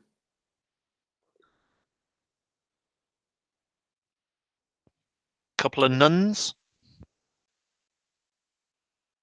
Yeah. Someone who looks like your lover, and you're about to blow him away with a grenade. No, I'm going to settle for the bloodied remains of 4 nuns. Oh my God. Yeah. Would you roll for stress, please? They seem to be clearly they're like piled like bodies. They are piled in the back of this lorry, clearly not leaving evidence. Would you roll for stress, please, which is to roll just the white die? Okay. I got a 1. I've seen the horrors of war before. This is a tough one. You are tough. Okay. Doesn't cause you any kind of flicker of doubt at all. What do you do? Well, the plan was very clear. We are going to dispose of these Nazis. So I'm going to lob a grenade into the back of that truck. The nuns are already dead. And then I'm going to emerge almost as soon as I'm not even going to wait for the grenade to go off. I'm just going to lob it. And then I'm going to emerge from the bushes and start gunning down any Nazi I see with my Sten gun. Those would be the ones in the front of the second truck. Yeah. And I'm right in thinking, aren't I, Adrian, that you're waiting for Ben to do something? 100%. Fine. Then this is roll to confront the mythos and its minions. So you're using your Sten gun. So first of all, you're going to throw the grenade in the back. I'm going to let that happen. You know, throw the grenade and then come out of the tree and start spraying the front of the second truck. Yeah. So I think that is with expertise. You're not using a heavy weapon. So roll 2 dice. Okay. And would you also, yeah, just 2 dice. That's right. Yes.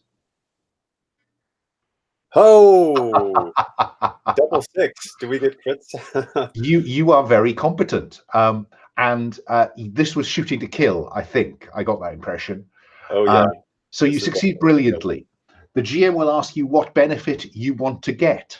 So what do you want to reflect how well this goes? Either the grenade toss or the spraying the front of the second truck? I want them to be so overwhelmed by the shock and awe of this that that a couple of the Nazis actually drop their weapons and surrender to us, and we can question them. That's quite a big benefit. Let's have them shocked and awe and see where you go from that. But you did roll 6, so I need you to roll for stress as the heads of both the Nazis in the front of the second van simply explode, coating the inside of the truck cab with blood. Would you roll for stress, please? I got a 4. I think that will increase my stress. Yes, that went up. And the grenade goes off behind you. Adrian, what do you do? Gunfire and now an explosion. Very nice. What I'm wanting to see are some Nazis. There's the one who got out of the leading truck, out of the passenger side, and is gesticulating at our Czech compatriots.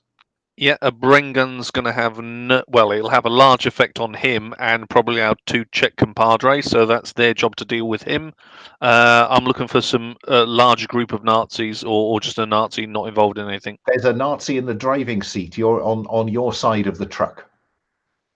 That first truck. Yeah, let's lay down some heavy fire on the cab. Okay, so you are rolling 1 dice with expertise, and you also have heavy weapons. Yeah.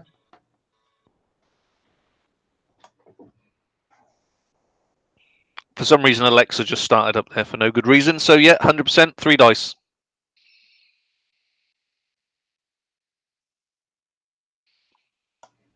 5. 5. So again, because you have surprise, there's no need to roll those failure dice. So with a 5, you succeed. The GM may offer you some extra benefit. I'm not sure I can see an extra benefit at this point. You simply blow away the driver. I would probably say the only extra benefit is that the cab is not too shot up, as in, it's not going to render the vehicle totally useless. Fine. No, I'll go with that. So it would be drivable. So Radim, all hell has broken loose. The German with the machine gun kind of looks behind him like that. What do you do? I will draw the revolver that I was hiding in the motor block and shoot him. Because I think this time I do need you to roll the ordinary dice. Are you going to claim expertise? Yeah, because this is on the character sheet that I have expertise with small arms, right? Indeed. So you roll with both those dice, but I do want you to roll the first failure dice, because there is a possibility that he will get a shot off at you. Yes, okay, I get it. Oh, wow. Yeah, that was better. I have a 5, and the failure dice is a 1. Then that's home free, isn't it? So you get an extra benefit if you. Oh no, sorry. What are we going to do? I offer you an extra benefit, which is it's a clean kill. He turns away, and you bang. Yeah. Fab. Yeah, I like that. And he goes down in a heap. Radim, you're the only person who hasn't acted. Do you want to do anything apart from take cover?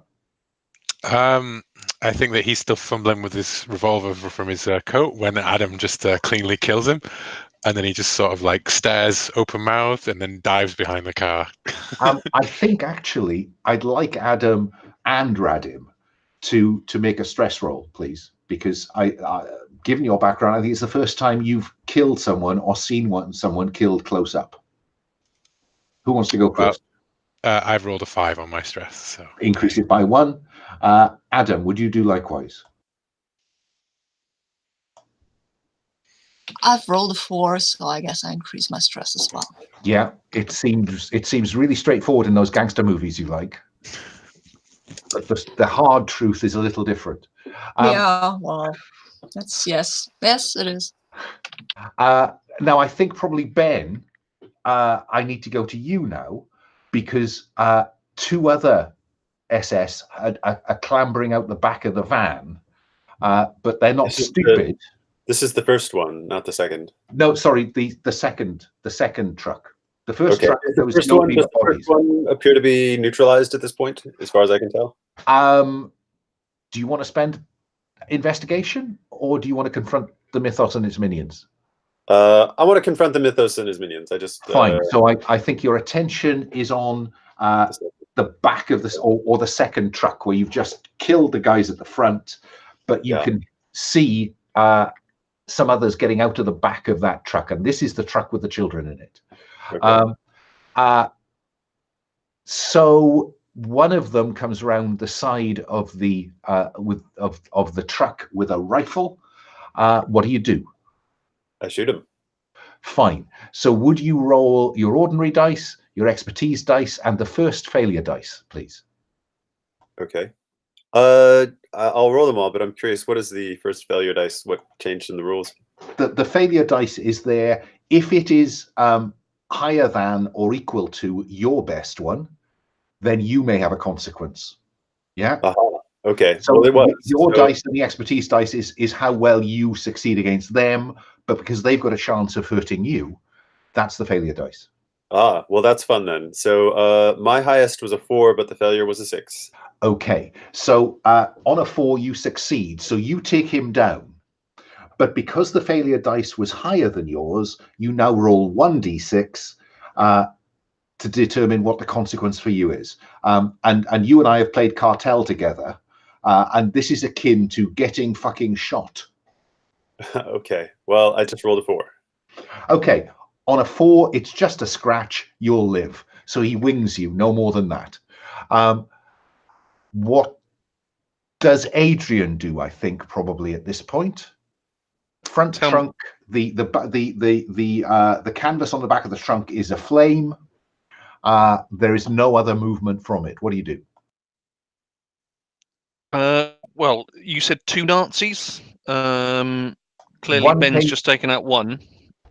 And the other one is coming round your side of the back of the of that second truck. Is he looking for me or is he looking for Ben? I think he's looking to see what's happened at the front of the truck. They've come out of the back, and one's gone one way, one's gone the other way. Okay. How far clear of the truck is he? Oh, not very. I mean, he's come around the side of it, so he's not running away from it. He's come around the side. And he's looking down the side. You can see him. He doesn't see you yet. Okay, I'm just a bit worried about opening up with a Bren gun that close to the the truck. Does my military knowledge know that I could easily just capture him, or would it stand a high chance of hitting the truck? I think, given that that's a large caliber rapid fire area effect weapon, it's a machine gun. It's a light machine gun. I think it's dangerous. Excellent. Then I'll just aim short of him to try and startle him and sort of draw the attention of Ben in that direction. Same process then. You roll your ordinary dice, your expertise, and now the heavy weapon because you've got the Bren gun, but also roll the first failure dice, please.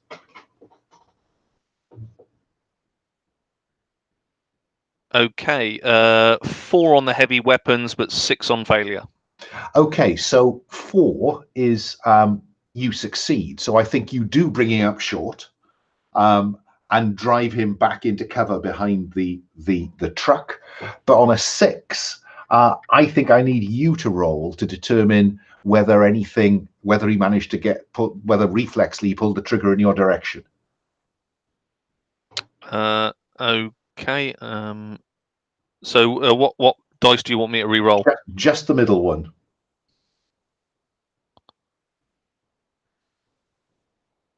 Three. You get hit, and the GM chooses. It's bloody, you'll die without immediate aid. It's messy, the wound will leave an impressive, ugly scar. It's painful, you cannot use your expertise until you get medical attention. I think I'm going to throw that at you. What do you want? Let's go for another scar. It's messy, the wound will leave an impressive, ugly scar. Fair enough. Yeah, you've got one already. At the front of the truck, Radim, what are you doing? Adam, I think you've been swiftest on the uptake, so I'll go to you first. I am kind of filled with adrenaline and totally overconfident in that moment because I shot a Nazi. Hey, this was easy. This was totally easy. So I will run up, and there is on one of the truck sides, there is still another Nazi I can shoot, right? So I'll do that because shooting Nazis, fun, I think. Well, I'm sure Adrian is horrified as you run up the side of the truck going bang, bang, bang, bang. Yes, so I'm running into a field of fire, I guess. So, but I have 2 6s, and I think I just killed that Nazi again. And you're muted, Alan. Sorry, I'm getting excited now. Yeah, you bang, bang, bang, and straight under the helmet tin lid. But I can't. The failure die needs to roll higher than you did, which it didn't. I have not rolled the failure die. Oh, so roll the first failure dice. It doesn't matter. It can't beat 6. But it can't beat 6. No. It would have. It was a 6, but it can't beat my 2 6s. No.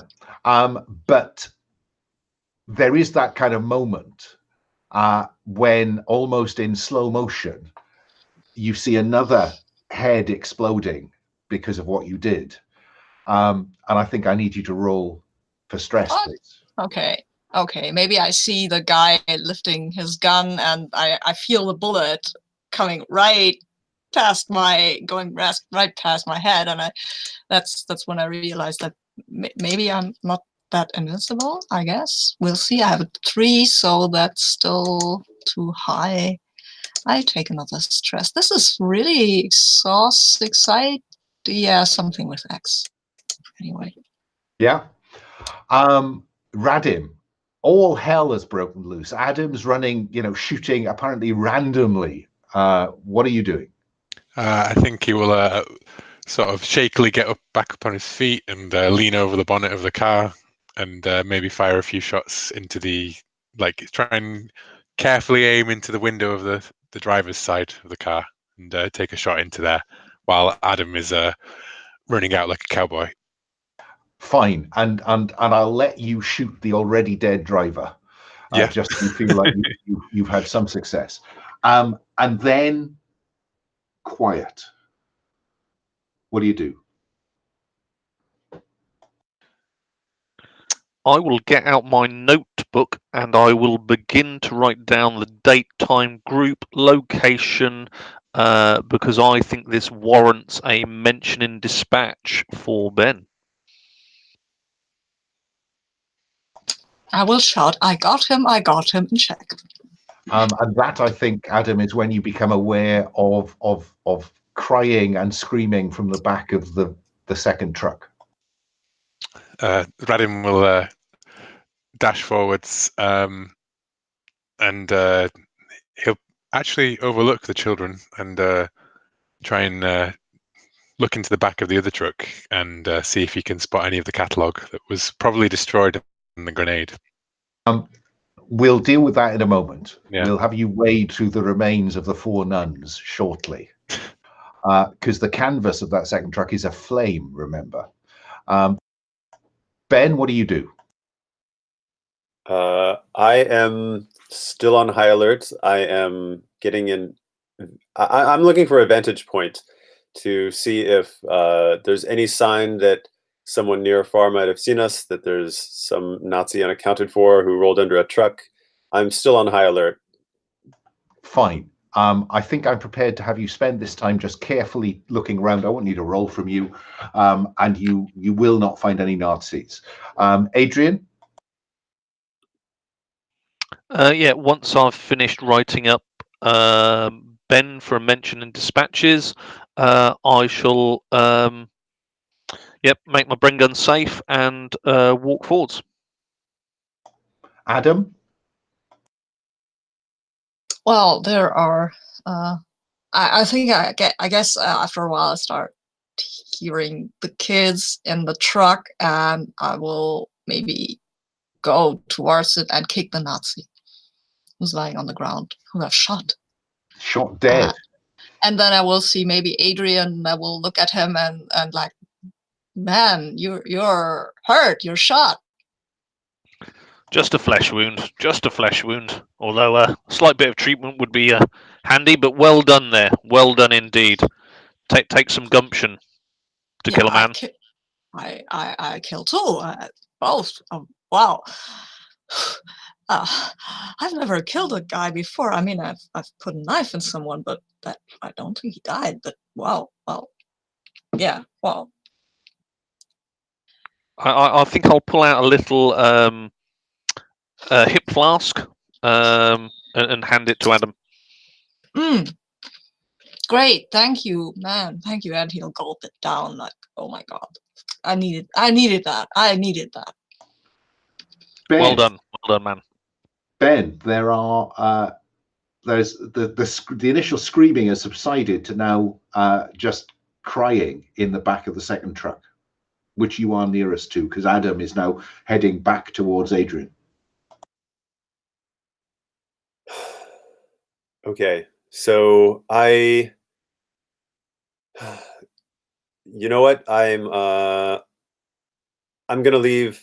I feel horrible that these children are going through this, but I also feel like it is not the time and place for me to be comforting the children. I'll leave that to Adam and Radim, and I am going to just continue looking around, and I'm thinking to myself, now what are we going to do with these kids? How are we going to get out of here as soon as possible? I'm like looking up and down the road, figuring out our getaway. Now it's gone quiet. Out of the system. Now it's gone quiet. It is simply the sobbing of these children that is, and so what do I see? I see you look around into the back of the truck, see these pathetic, hopeful, tear-stained faces peering out at you, and you just turn away. Yes, because the first thought on my mind is we're not out of this yet, and things could get a lot worse for these kids unless we can figure out a good follow-up plan for how to get them to safety now. Okay, would you roll to do something else then, please, simply to recce the vicinity? Okay, I rolled that earlier. I got a 2. Well, that was with 1 die, I'm assuming, right? I think you've got survival as an expertise. Yeah, okay. So roll the second one. Roll the expertise. Sorry. Boing. That one was a 4. So 4 is my highest roll. Yeah, I think that it's fair to say that it doesn't feel like there is immediate pursuit, but that was an awful lot of gunfire. Yeah. In a quiet, that's not going to be mistaken for someone taking a fox out. And there's shooting at that truck on the middle of the road here, which is probably going to be impossible to hide. Well, my next question is going to be, what happens next? Adam, Ben reports back to you, Adrian, that he thinks the vicinity is secure. But what are we doing? Oh, no, sorry, Radim, I need to get to you and the back of the first truck. So in you clamber, and there are the remains of the nuns. Would you roll for stress, please? Sure thing. That is another point of stress for me. But there is, and you know, the canvas is burning around you, but at the far end of the truck, there is the kind of cabinet about so big, I guess, which you take to be the catalogue. What do you do? I try and rescue as much of it as possible before it's claimed by the fire. So you're dragging the nuns' maimed and body parts out of the way, and kicking down the back flap on the truck, and then while this burns around you, I can see bits of canvas, flaming canvas dropping around you. You're pushing this back towards the back of the truck to try and get it out. I think I need you to roll. This isn't a mechanic that the rules have encountered. I think I need you to roll to do something, but with a failure dice. Okay. Let's see then. That is a match, 4-4. Then that's fine. So 4 is success. You get this to the back and you push it out of the back, and it clatters down onto the road, spilling some index cards, I dare say, on the way. Adam, what are you doing? I have now been fortified with alcohol, so I will go and see what's what with the kids, I guess, because nobody else is going to, and I really want to know what Radim is doing up over there. But yeah, maybe we should get them away with what Ben said, that this is pretty exposed. I get that. So I'm going to look at what.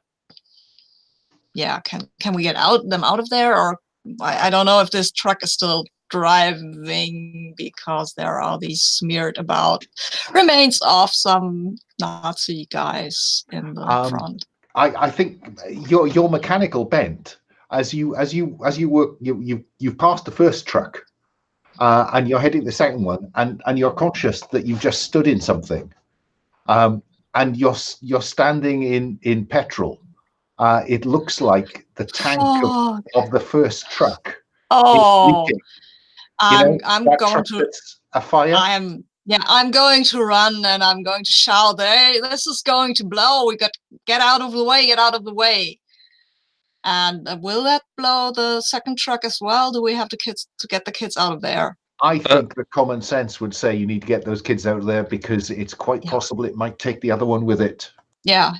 Okay, so I'm running and shouting at the second truck at the kids. Get out! Get out! I'm shouting in Czech, obviously, at the kids. So, Radim, you're at the back of that first truck, where actually, as you look down at the spilled index cards, you notice one of them is beginning to soak up petrol pooling. What are you going to do? Look of horror on his face as he sees the cards being destroyed. And he will, I think, when he hears Adam start shouting about the petrol, he'll realize what he's standing in, and maybe swear, and then just open up the cabinet and armfuls of as much as possible, and then start running away from the. You muted, Alan. I'm old enough to have worked in university libraries when they were all card based. So you've got lots of little drawers in here. And so I'll let you grab 3 or 4 of those drawers and run away with them. We'll worry about whether they are the best drawers shortly. But for now, I know what you're doing. Can I suggest that if Radim wanted to ask for help, that Ben at least would jump in and try and help him haul this whole cabinet out, if that's possible? Well, what Ben will see is Radim running back towards him, back towards Ben at the back of the second truck, carrying these clumsy drawers. Radim, what do you? I think Radim is so focused on this that it didn't even occur to him to ask anybody else to help him with it, because he's just like, I've got to get it out. I've got to get it. It's past communication kind of thing. So you're probably just baffled by my strange behavior. Adrian, you are seeing this. You've now noticed Adam pointing at the ground saying, petrol, it's going to blow. What do you do? Well, I'll attempt to jump in the second truck and knock it in reverse and attempt to drive that away. At the back of the second truck, Adam, you're encouraging the children to get out, aren't you? Yeah, I guess, but I think Adrian would have seen that I'm doing that and not run over, because I seem to remember that there were pretty gruesome remains of a Nazi in the driver's seat of the second truck. Yeah, so. Fair enough. I'm tempted, but I won't make you do that. Okay, so this all boils down then to how effective Adrian is at getting that truck moving. So I think this is Adrian roll to do something else. I mean, I'm going to give you the benefit of expertise. I'm sure he's driven, trucks before. Goodness me. A 5.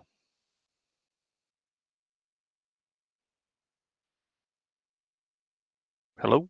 I may offer you some extra benefit, and the extra benefit is that you are not fried by the explosion of the first truck. Excellent. The windshield still does its job. Sadly not, because Ben shot loads of holes in it. You just get back fast enough. Excellent. Yeah. So we have one burning truck blocking the road. We have a truck behind it with children in it, and we have your car in front of it, and Carl Stein is in that direction. Ain't my car. What plan do we have now? Okay, when we're at a reasonable distance, this is now. I suggest we take a slight condor moment and actually have a chat about what we want to do now. Maybe after Radim recovers his car, if it is at all still drivable. Yeah, I think Radim would go back for the car. Maybe Adam would have to help him get it started again if it's drivable. Yeah. Then I would go with Radim. We can't leave his car standing out here because they might trace it back to him. That would be bad. So actually, perhaps Adam just goes for the car, and Radim now calm down and having his precious index cards. Yeah, safe. You go and deal with the kids, right? Because they speak only Czech. Yes. Okay, and I get the car. Cool. All of that happens. The children are calmed down. You've taken them a little way up the road, away from this carnage. They're asking where Sister Mary Joseph is, and you're being discreet about that, I dare say. Wiping the blood off my shirt as I do it. Yes, so she is in a better place. And so, what's the plan, folks? Okay, can I suggest that we go back to the convent, see if there's any more nuns left there. If the place is completely deserted, we'll come up with something different. As long as your car's drivable, you can loop back round that direction. We can just head this vehicle back up.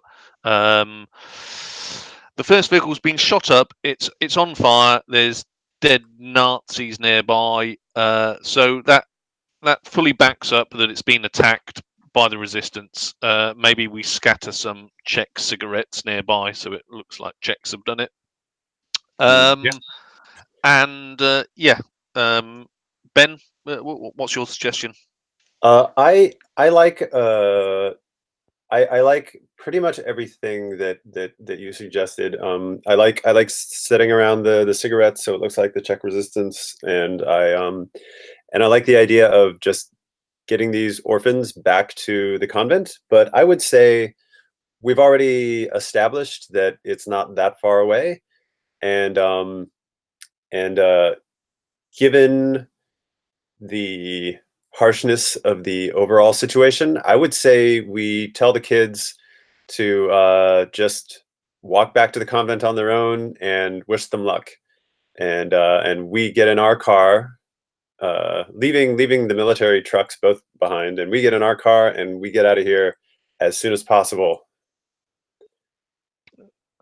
See, I'd say if we grabbed a couple of uniforms first, are they German regulars or are they SS? Good idea.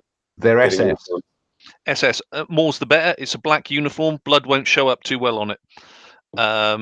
So we'll get those. I'd suggest we use this truck to get a bit closer to Cranstein and then do exactly as you said, Ben. We'll ditch it off-road, hide it, because we may need a German truck later, possibly. Yeah, that's quite a resource. Also, it'll probably have arms and munitions in it. Yes, so, well, you could definitely probably restock your used grenade with a decent German stick grenade. Okay, yeah, that sounds good. Okay, so just to break this down into bite-sized pieces. 1, get the car back to the convent. 2, take the truck and the children back to the convent, and then see what happens. Were we? Well, I suppose this is open for discussion, but I feel like the children can walk back to the convent on their own. We need to get ourselves out of here ASAP. I'm just a bit worried if there is nobody at all at the convent. Yeah, these kids have seen us and they've heard you. Only a couple of miles into town, right? I mean, you know, given the gravity of the overall situation, I think these kids will survive. Or if not, there's nothing we can do about it. Yeah, but the kids have seen us. Well, again, we can't change that, can we? Yeah, we can't we don't really want to go down that route of getting them to unsee us. No, but we can get them to the convent and attend the nuns to get the children out of the way. Right? Because we did rescue them, and now to just throw them to the wolves, I mean, that's just no. It's just Yeah, but I see what Ben's saying here. We could just get to Karstein, and send some local resistance guys to deal with the kids. Yeah, we can drop them off. We have to pass the convent anyway. We can't drop them off there, right? I thought we were already on our way in another direction. My point is, there's been an explosion and gunfire and smoke from a burning vehicle, and if we linger, we're just setting ourselves up for a bad scene. But we still can drop them off at the convent. We'll pass it anyway. Okay, if we're going to pass it anyway, then yeah, we can. No, just to be clear, you won't pass it anyway. Oh. You Yeah. won't. Okay. So the convent is that way. Okay. That's where the trucks were going. Mm-hmm. Yeah, but we stopped them. That's where the burning truck is, right? Yeah. So I thought you were going around. Oh, sorry. The car can get from the front of the burning truck back the back road, and the second truck can go back the way it came. Oh, okay. Okay. I get it. Well, I'm taking the car. I'm not part of this discussion. That's what where are you going in that car, Adam? I'll drive towards the direction of Karstein, and I guess we will have a rendezvous point somewhere on the road. Radim, it's your car. Yeah. I'll be honest, I would have traded the car in a heartbeat for 2 more drawers of the index files. So I just told Adam to take it away, and we'll meet up with him later. And I'm waiting, I think, for the commanding officer to settle, because I think that if we could give the children to the resistance, they could make them disappear, right? Or if we could take them back to the village. But, sending them back into the village on their own is probably as good as anything. And I could even coach the children to say, I coach them as in saying that, like, you were saved by the Czech resistance, for the people, the Communist Party, like, fill their heads with a story that they can give to anybody who they see. Okay, Adrian, what's the command decision? No. I sort of see your plan there, but the Nazis were taking them from the convent to the castle, which is very much by the town. So I'd keep the children as we're sort of doing the Nazis' jobs for them there. If we drop the kids off in town, I mean the village nearest the convent. Okay, so yeah, they go back to the convent. We'll get to Karstadt. Hopefully send the communist resistance. Just let them know there's some kids up the road that the Nazis were trying to take. Can you get up there, get the kids, and move them somewhere to safety? The only question in my mind left is, are you taking them back to the village, or are they finding their own way? I'm open to put this to a vote. A vote? Call yourself commanding officer? Yeah, commanding officer will listen to his troops. So I've got Ben's opinion. So I'd like to know what I mean. How old are these children, Alan? I mean, if they're teenagers, then they could probably sort of go by themselves. None of them are older than 12. Okay, they're not really that capable of they could end up all over the place. So, yeah, what do the 2 Czechs say? Well, Adam's driving off in the distance, so Radim will say that, well, all of the Germans are dead. It will take us minutes to drive back and drop them off. Okay, we'll go back to the convent and drop them off, or at least tell them to stay at the convent if there's nobody there. That at least allows us to ascertain what's left at the convent. There are no nuns left at the convent, but there is a caretaker and a cook. Do you hand the children over to them? Just ask them why they didn't get. Asking? Well, I'm going to ask Radim if he can ask the caretaker and the cook, because I don't speak Czech. Why they were spared. So, Radim, what are you? How do we see this scene close out? What are you saying to the staff? They killed the nuns. Why did they not kill you? And asking the question that my commander has asked me to ask of them, but otherwise just explaining to them that the Germans will probably be back for the children. They need to be sent away from this village. The nuns protested. And I just sort of nod solemnly and say, well, this is what happens when you resist, I suppose. And just tell them that the Nazis will be back. They should probably leave as well, because they probably will suspect them of helping them, even if they haven't done. So it's time to... So you've handed the children over to the staff, and then you driving the truck to Karlstein. Yeah? Yeah. With are you changing into those uniforms? While we're driving the truck, I think it makes sense. Yeah. It'd be odd to see a local driving a Nazi truck. Fine. Also, it sounds like possibly both Adrian and Ben's birdwatching outfits have been shot up a bit or have our own blood on them.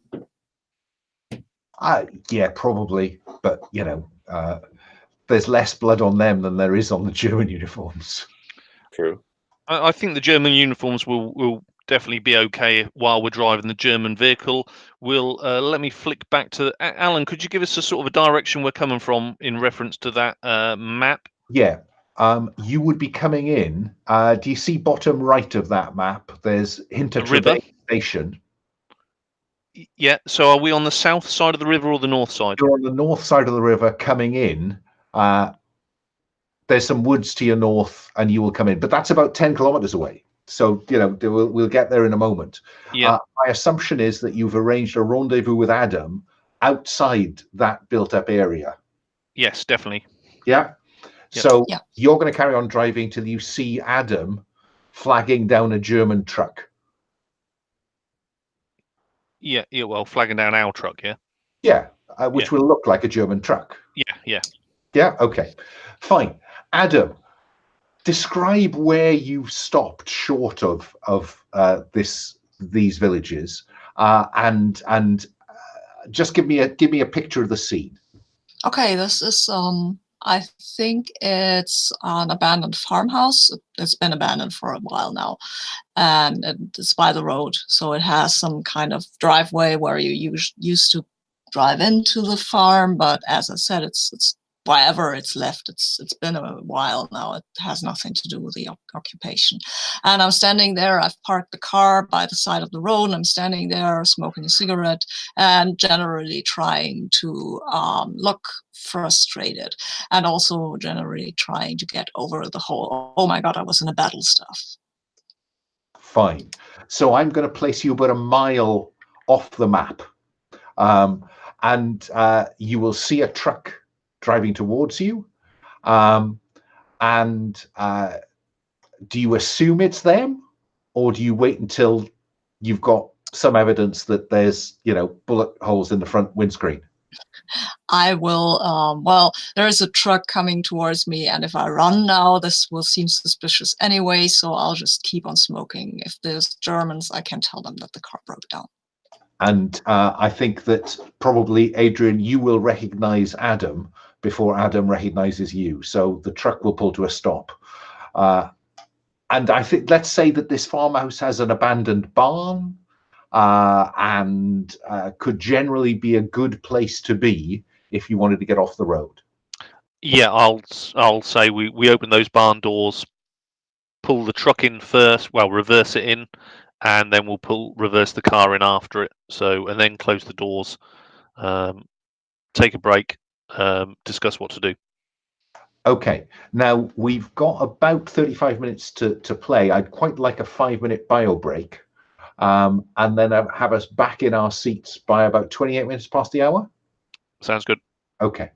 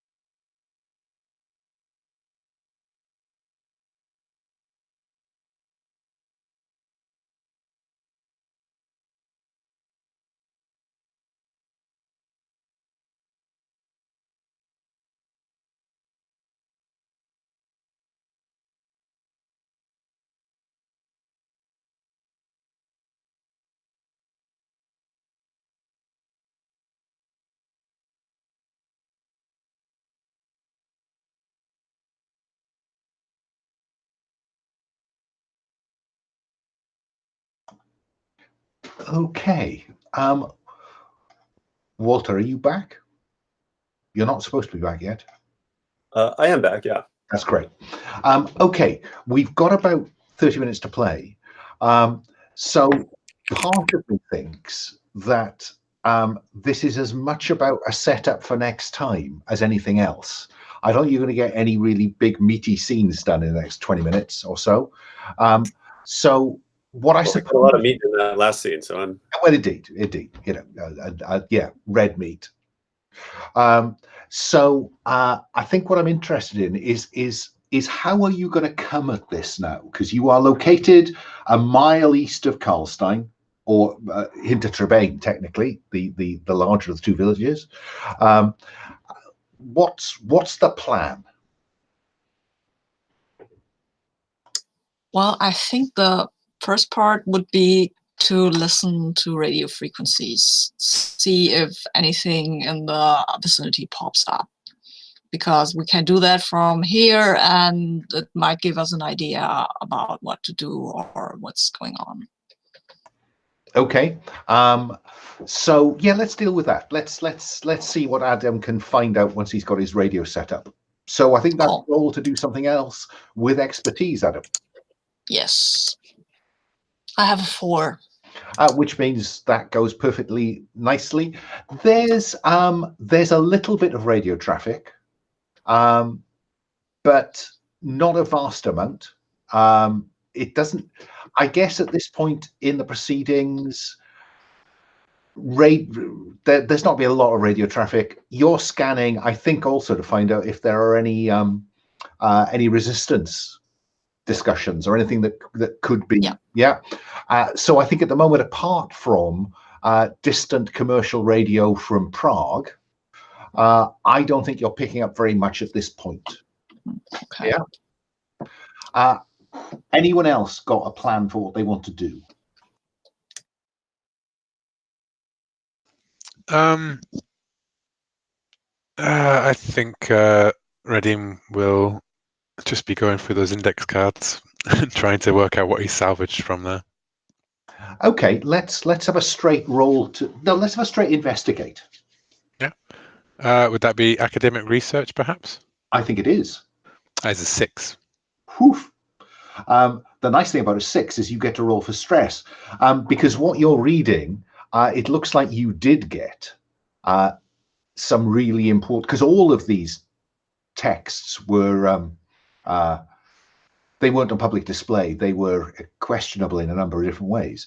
But I think you've probably got the drawers that had the most interesting texts in them.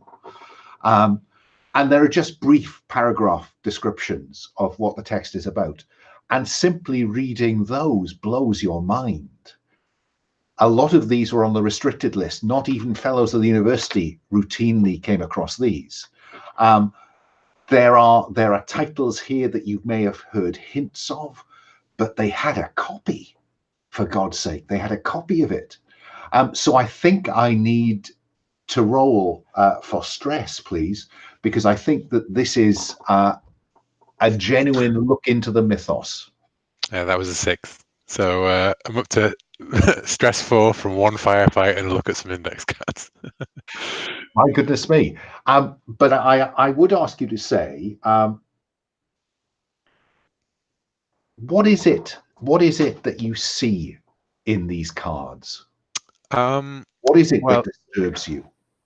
Well, I think that these are useful ones in particular because they're the cards that relate to the books which this German occultist probably has seized and is using in his interest in reanimating the dead, and there's some connection to ley lines, and maybe even sort of a like a summary. In the summary there's something mentioned about how like the flesh of the young or something, so I'm getting some sort of, like in Monster of the Week you get that see the pattern kind of thing. I've got just enough text that are relevant to what he wants that I'm seeing the pattern in the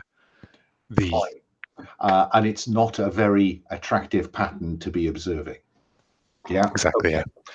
Yeah. Adrian, Ben, what's the plan around the farmhouse, or making it secure? What's going on? I'm more than happy to take turns with Ben keeping watch. Probably a distance away from the farmhouse, so we don't get trapped in the barn. We'll set up some kind of rota. Mm-hmm. Yeah, and and we hid the truck inside the barn, right? So yeah, I think lay low is keep a watch is the plan.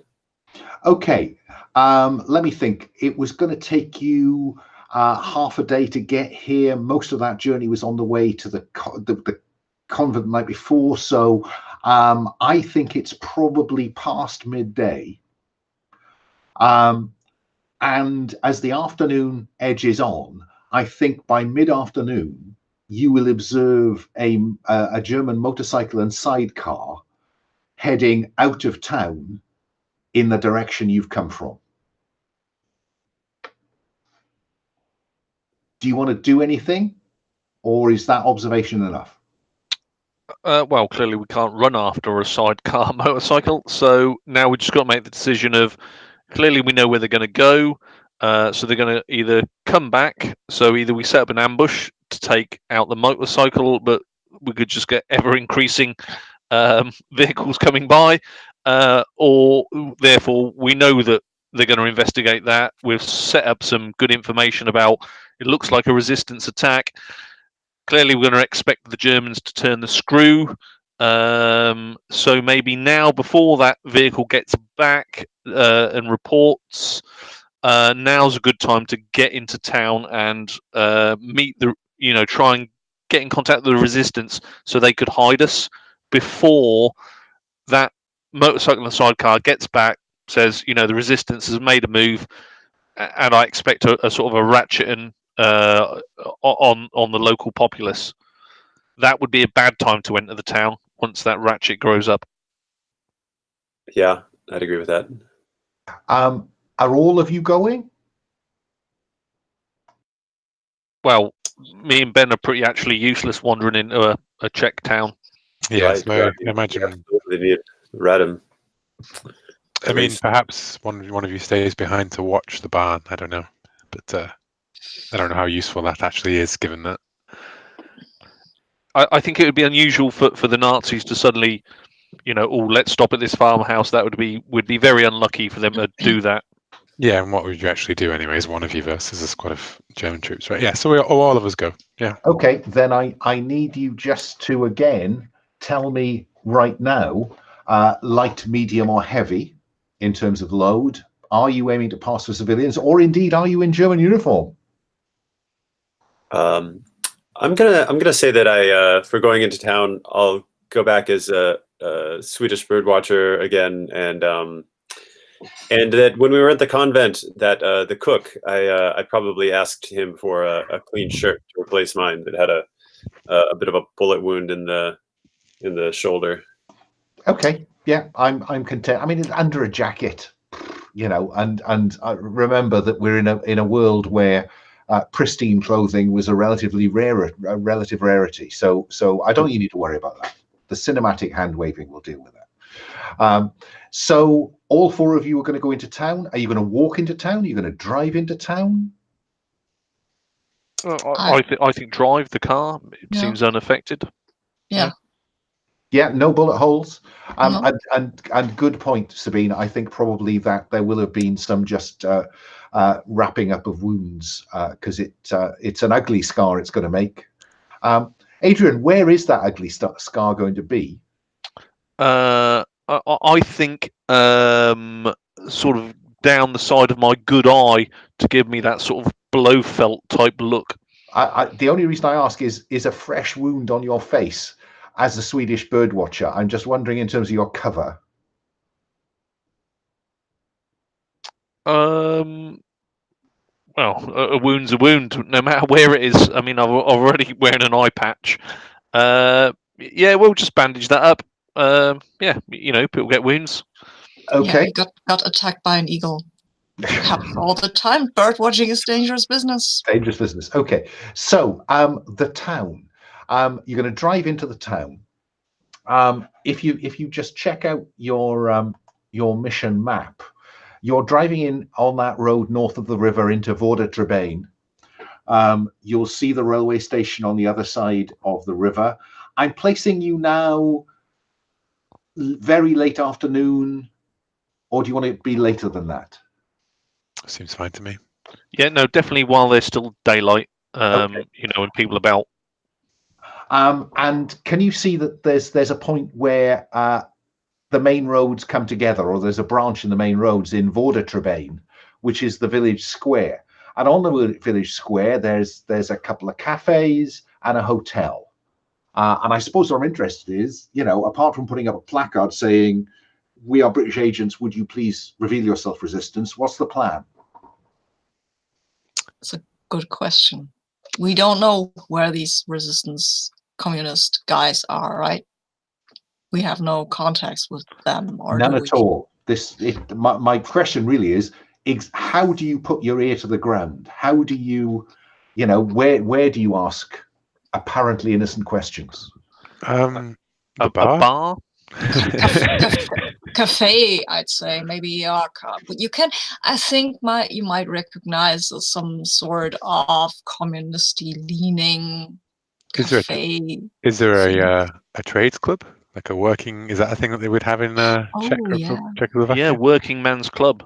That's a good call. There is. I think the question is, which of you is best equipped to go in there? Let maybe me do that, because you two are, I think, army guys. And sorry, Prof, but the way you speak Czech. Radim is actually a card-carrying member of the Communist Party, or he was before. That would have got him shot. But yeah, but still, you go into a workers club. No. I think you're the best person for it as well. You got that charm going on, right? So I am the most charming person around. It looks like Adam is looking to spend the evening in the Working Men's Club. The three of you, are you going to, you know, there's a pavement cafe? Or do you have any other plans for the next couple of hours? I'm just a bit worried that if the Germans sweep into town, you know, we could easily get pinned. So I am a bit worried about just sitting in a cafe unless we sort of spread ourselves out and keep an eye out. One thing that I would like to do is, you know, make some small talk about like the terrible disappearances of children in Prague, you know, with somebody. Okay, so what I'm thinking here is that I've got Adam going to the Working Men's Club. It looks like Radim is going to go into a cafe and shoot the breeze with a focus. That leaves me with Adrian and Ben. Well, I'm noticing that Krupna is just outside of town and outside of what looks like the checkpoints that are marked on the map. And I'm feeling like that might be a reasonable place for some bird watchers to get a little rest, and perhaps we can even find the church in Krupna. Would it be fair to say that you want to spend the next couple of hours just reconnoitering the villages and their surrounds? Because it's not a bad idea. We could be bird watching, so to speak, around just in the woods that are around the area, something like that. I mean, the key difficulty you have with getting to Krupna, frankly, is that both the bridges are guarded. There's a checkpoint outside Hintertrebain station opposite the footbridge. And the road bridge. So we're on the north side of the map. Yeah. Okay. So I'm very happy for you to spend some time wandering about, speaking Swedish to one another, and then I'll at least have a reason to tell you some stuff about the locale. Let's start with that. I put a picture in the mission page. You know, that isn't Karlstein, but it gives you some sense of what these villages, small towns are like. And there is a sense in which where one village ends and the next one starts is a bit difficult. Steep roofed, quaint, bohemian buildings, lots of little alleyways, and relatively few main roads. The hills rise quite steeply above the river valley, particularly to the north. And I think I can tell you that when you reach the road bridge across to Karlstein Station, in the trees on the hill to the north, you can see a single tower with a kind of quite sharp tiled roof on it, which you infer to be Karlstein Castle. It's quiet. It doesn't feel like people have been driven off the streets, but people are moving briskly from place to place. It doesn't feel like people are strolling about. And it certainly looks like those German checkpoints are very serious. They're not SS checkpoints. The soldiers manning them are dressed in field grey. I'll leave you with that to contemplate for a moment, then you can tell me whether you want to do anything specific. Let me cut back to Radim. So just you're setting the scene, you've gone to the cafe, you've got a coffee at the bar. What's your opening gambit? You know that there by the coffee, I say, oh, it is great to get out of I was just in Prague. It is great to get out to the countryside. It is most terrible what's happening there. There is, children going missing, and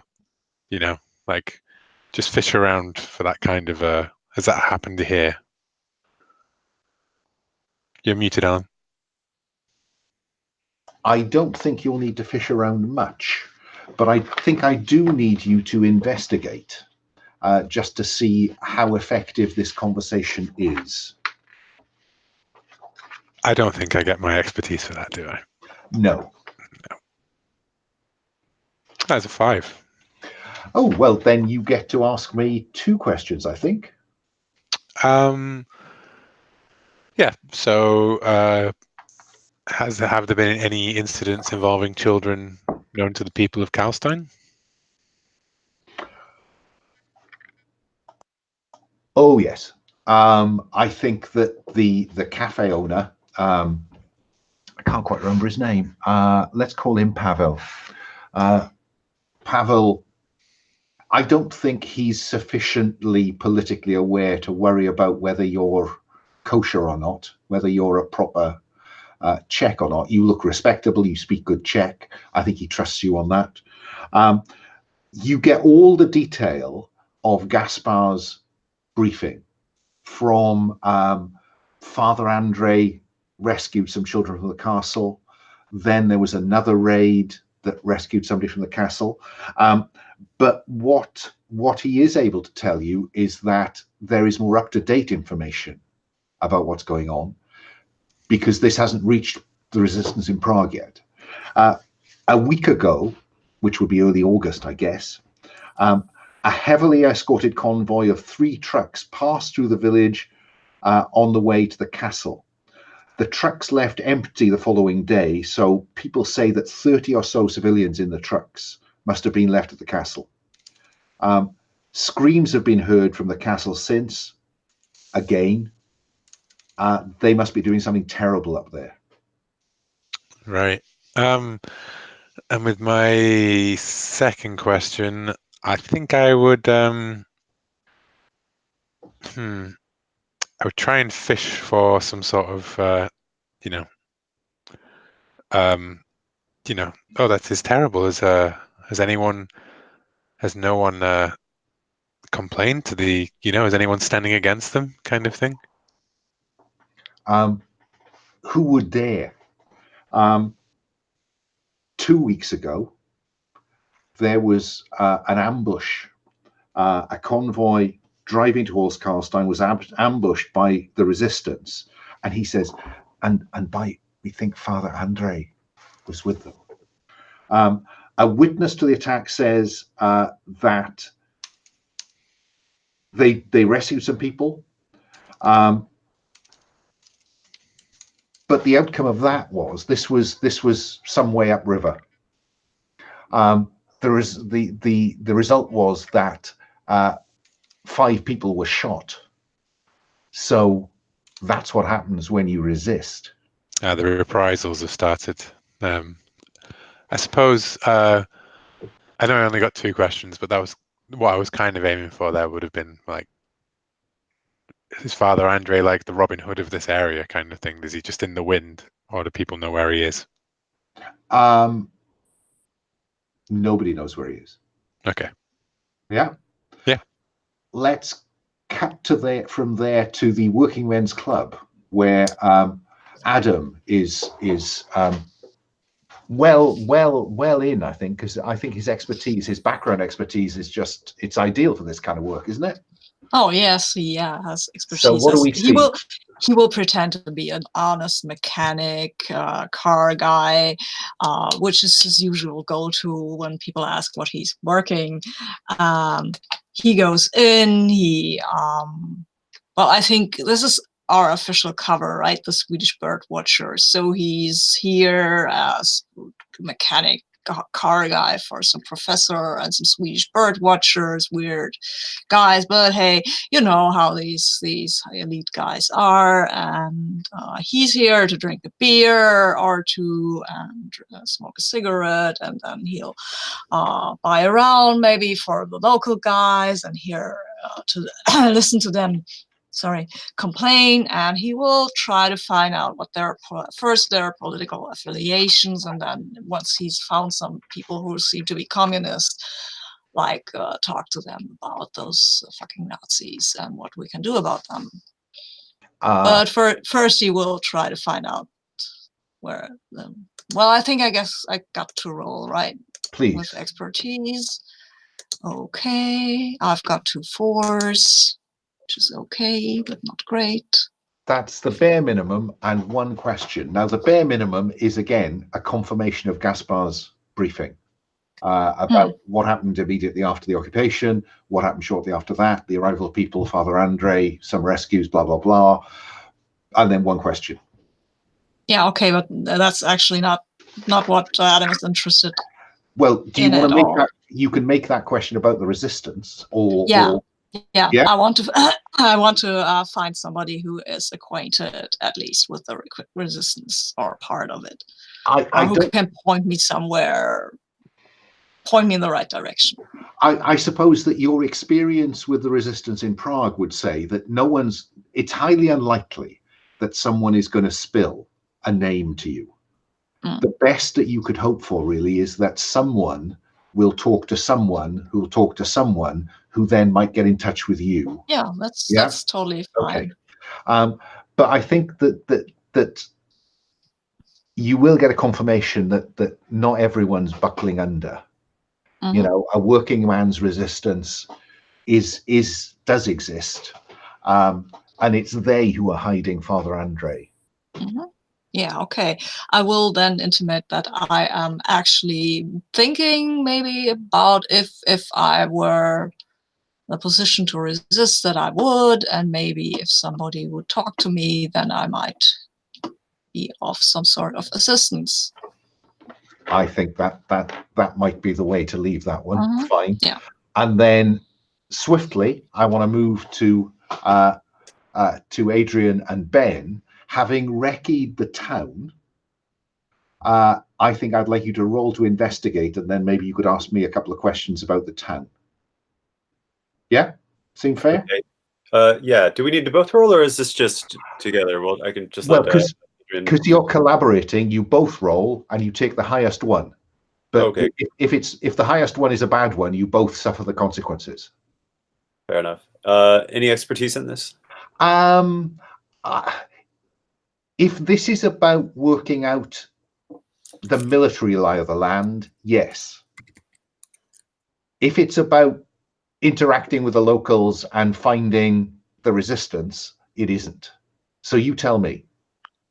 We've already sent our Czech friends to get in with the resistance, so I think from a military point of view. But I'll see to Ben, you know, if he wants to start speaking to locals as a Swede. Ben, military or social?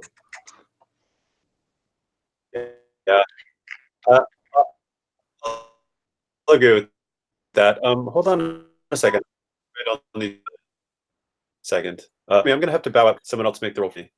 Okay, Adrian, make the roll. So this is with expertise.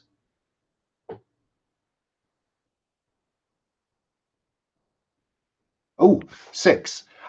Can you re-roll those 2 for Ben? Certainly. Just to make sure, to wonder whether he gets a 6 as well, or whether it's disastrous. Okay, so you get a 6.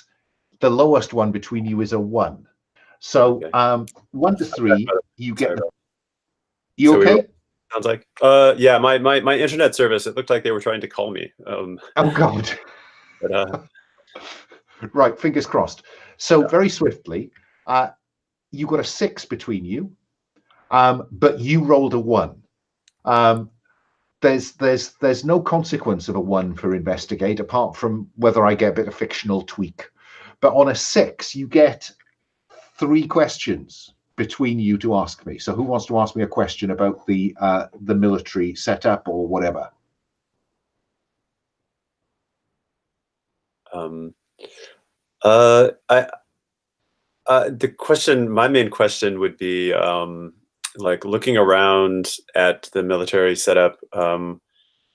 Where is likely to be our safest place where we would most likely could, buckle down and not be stumbled upon by the authorities? Okay, either a derelict farmhouse out of town, or off a back lane in Vorda Trebain. Okay. Yeah, because there are foot patrols, but they tend to stick with the main highways and byways, is your sense. Okay, Adrian, want to ask a question?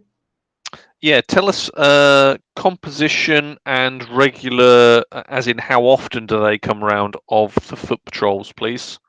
Okay, there's 2 questions in there. I'll tell you something about the manpower first. Each of those markings on the map in the villages constitutes a checkpoint. It's squad strength, so about 10 men. In the case of the one at Karlstein Station, it's split between the station and the bridge. They're within easy reach of one another, and they are sandbagged. Each of them is equipped with a light machine gun. Foot patrols at any one time, 2 to 3 of those 10 are on patrol. 3 of them are manning the light machine gun, and that leaves 4 who are backing up those checkpoints. Yeah. So you've not spent enough time to get a kind of routine on the foot patrols. They do seem to. The reason that I said the middle of Vorda Trebain is the safest place is that the foot patrol from Hinter Trebain Station and the Karlstein Station patrol, that's the point where they end. So there's a bit of a gap between them. You have 1 question left, unless you want more detail on either of those.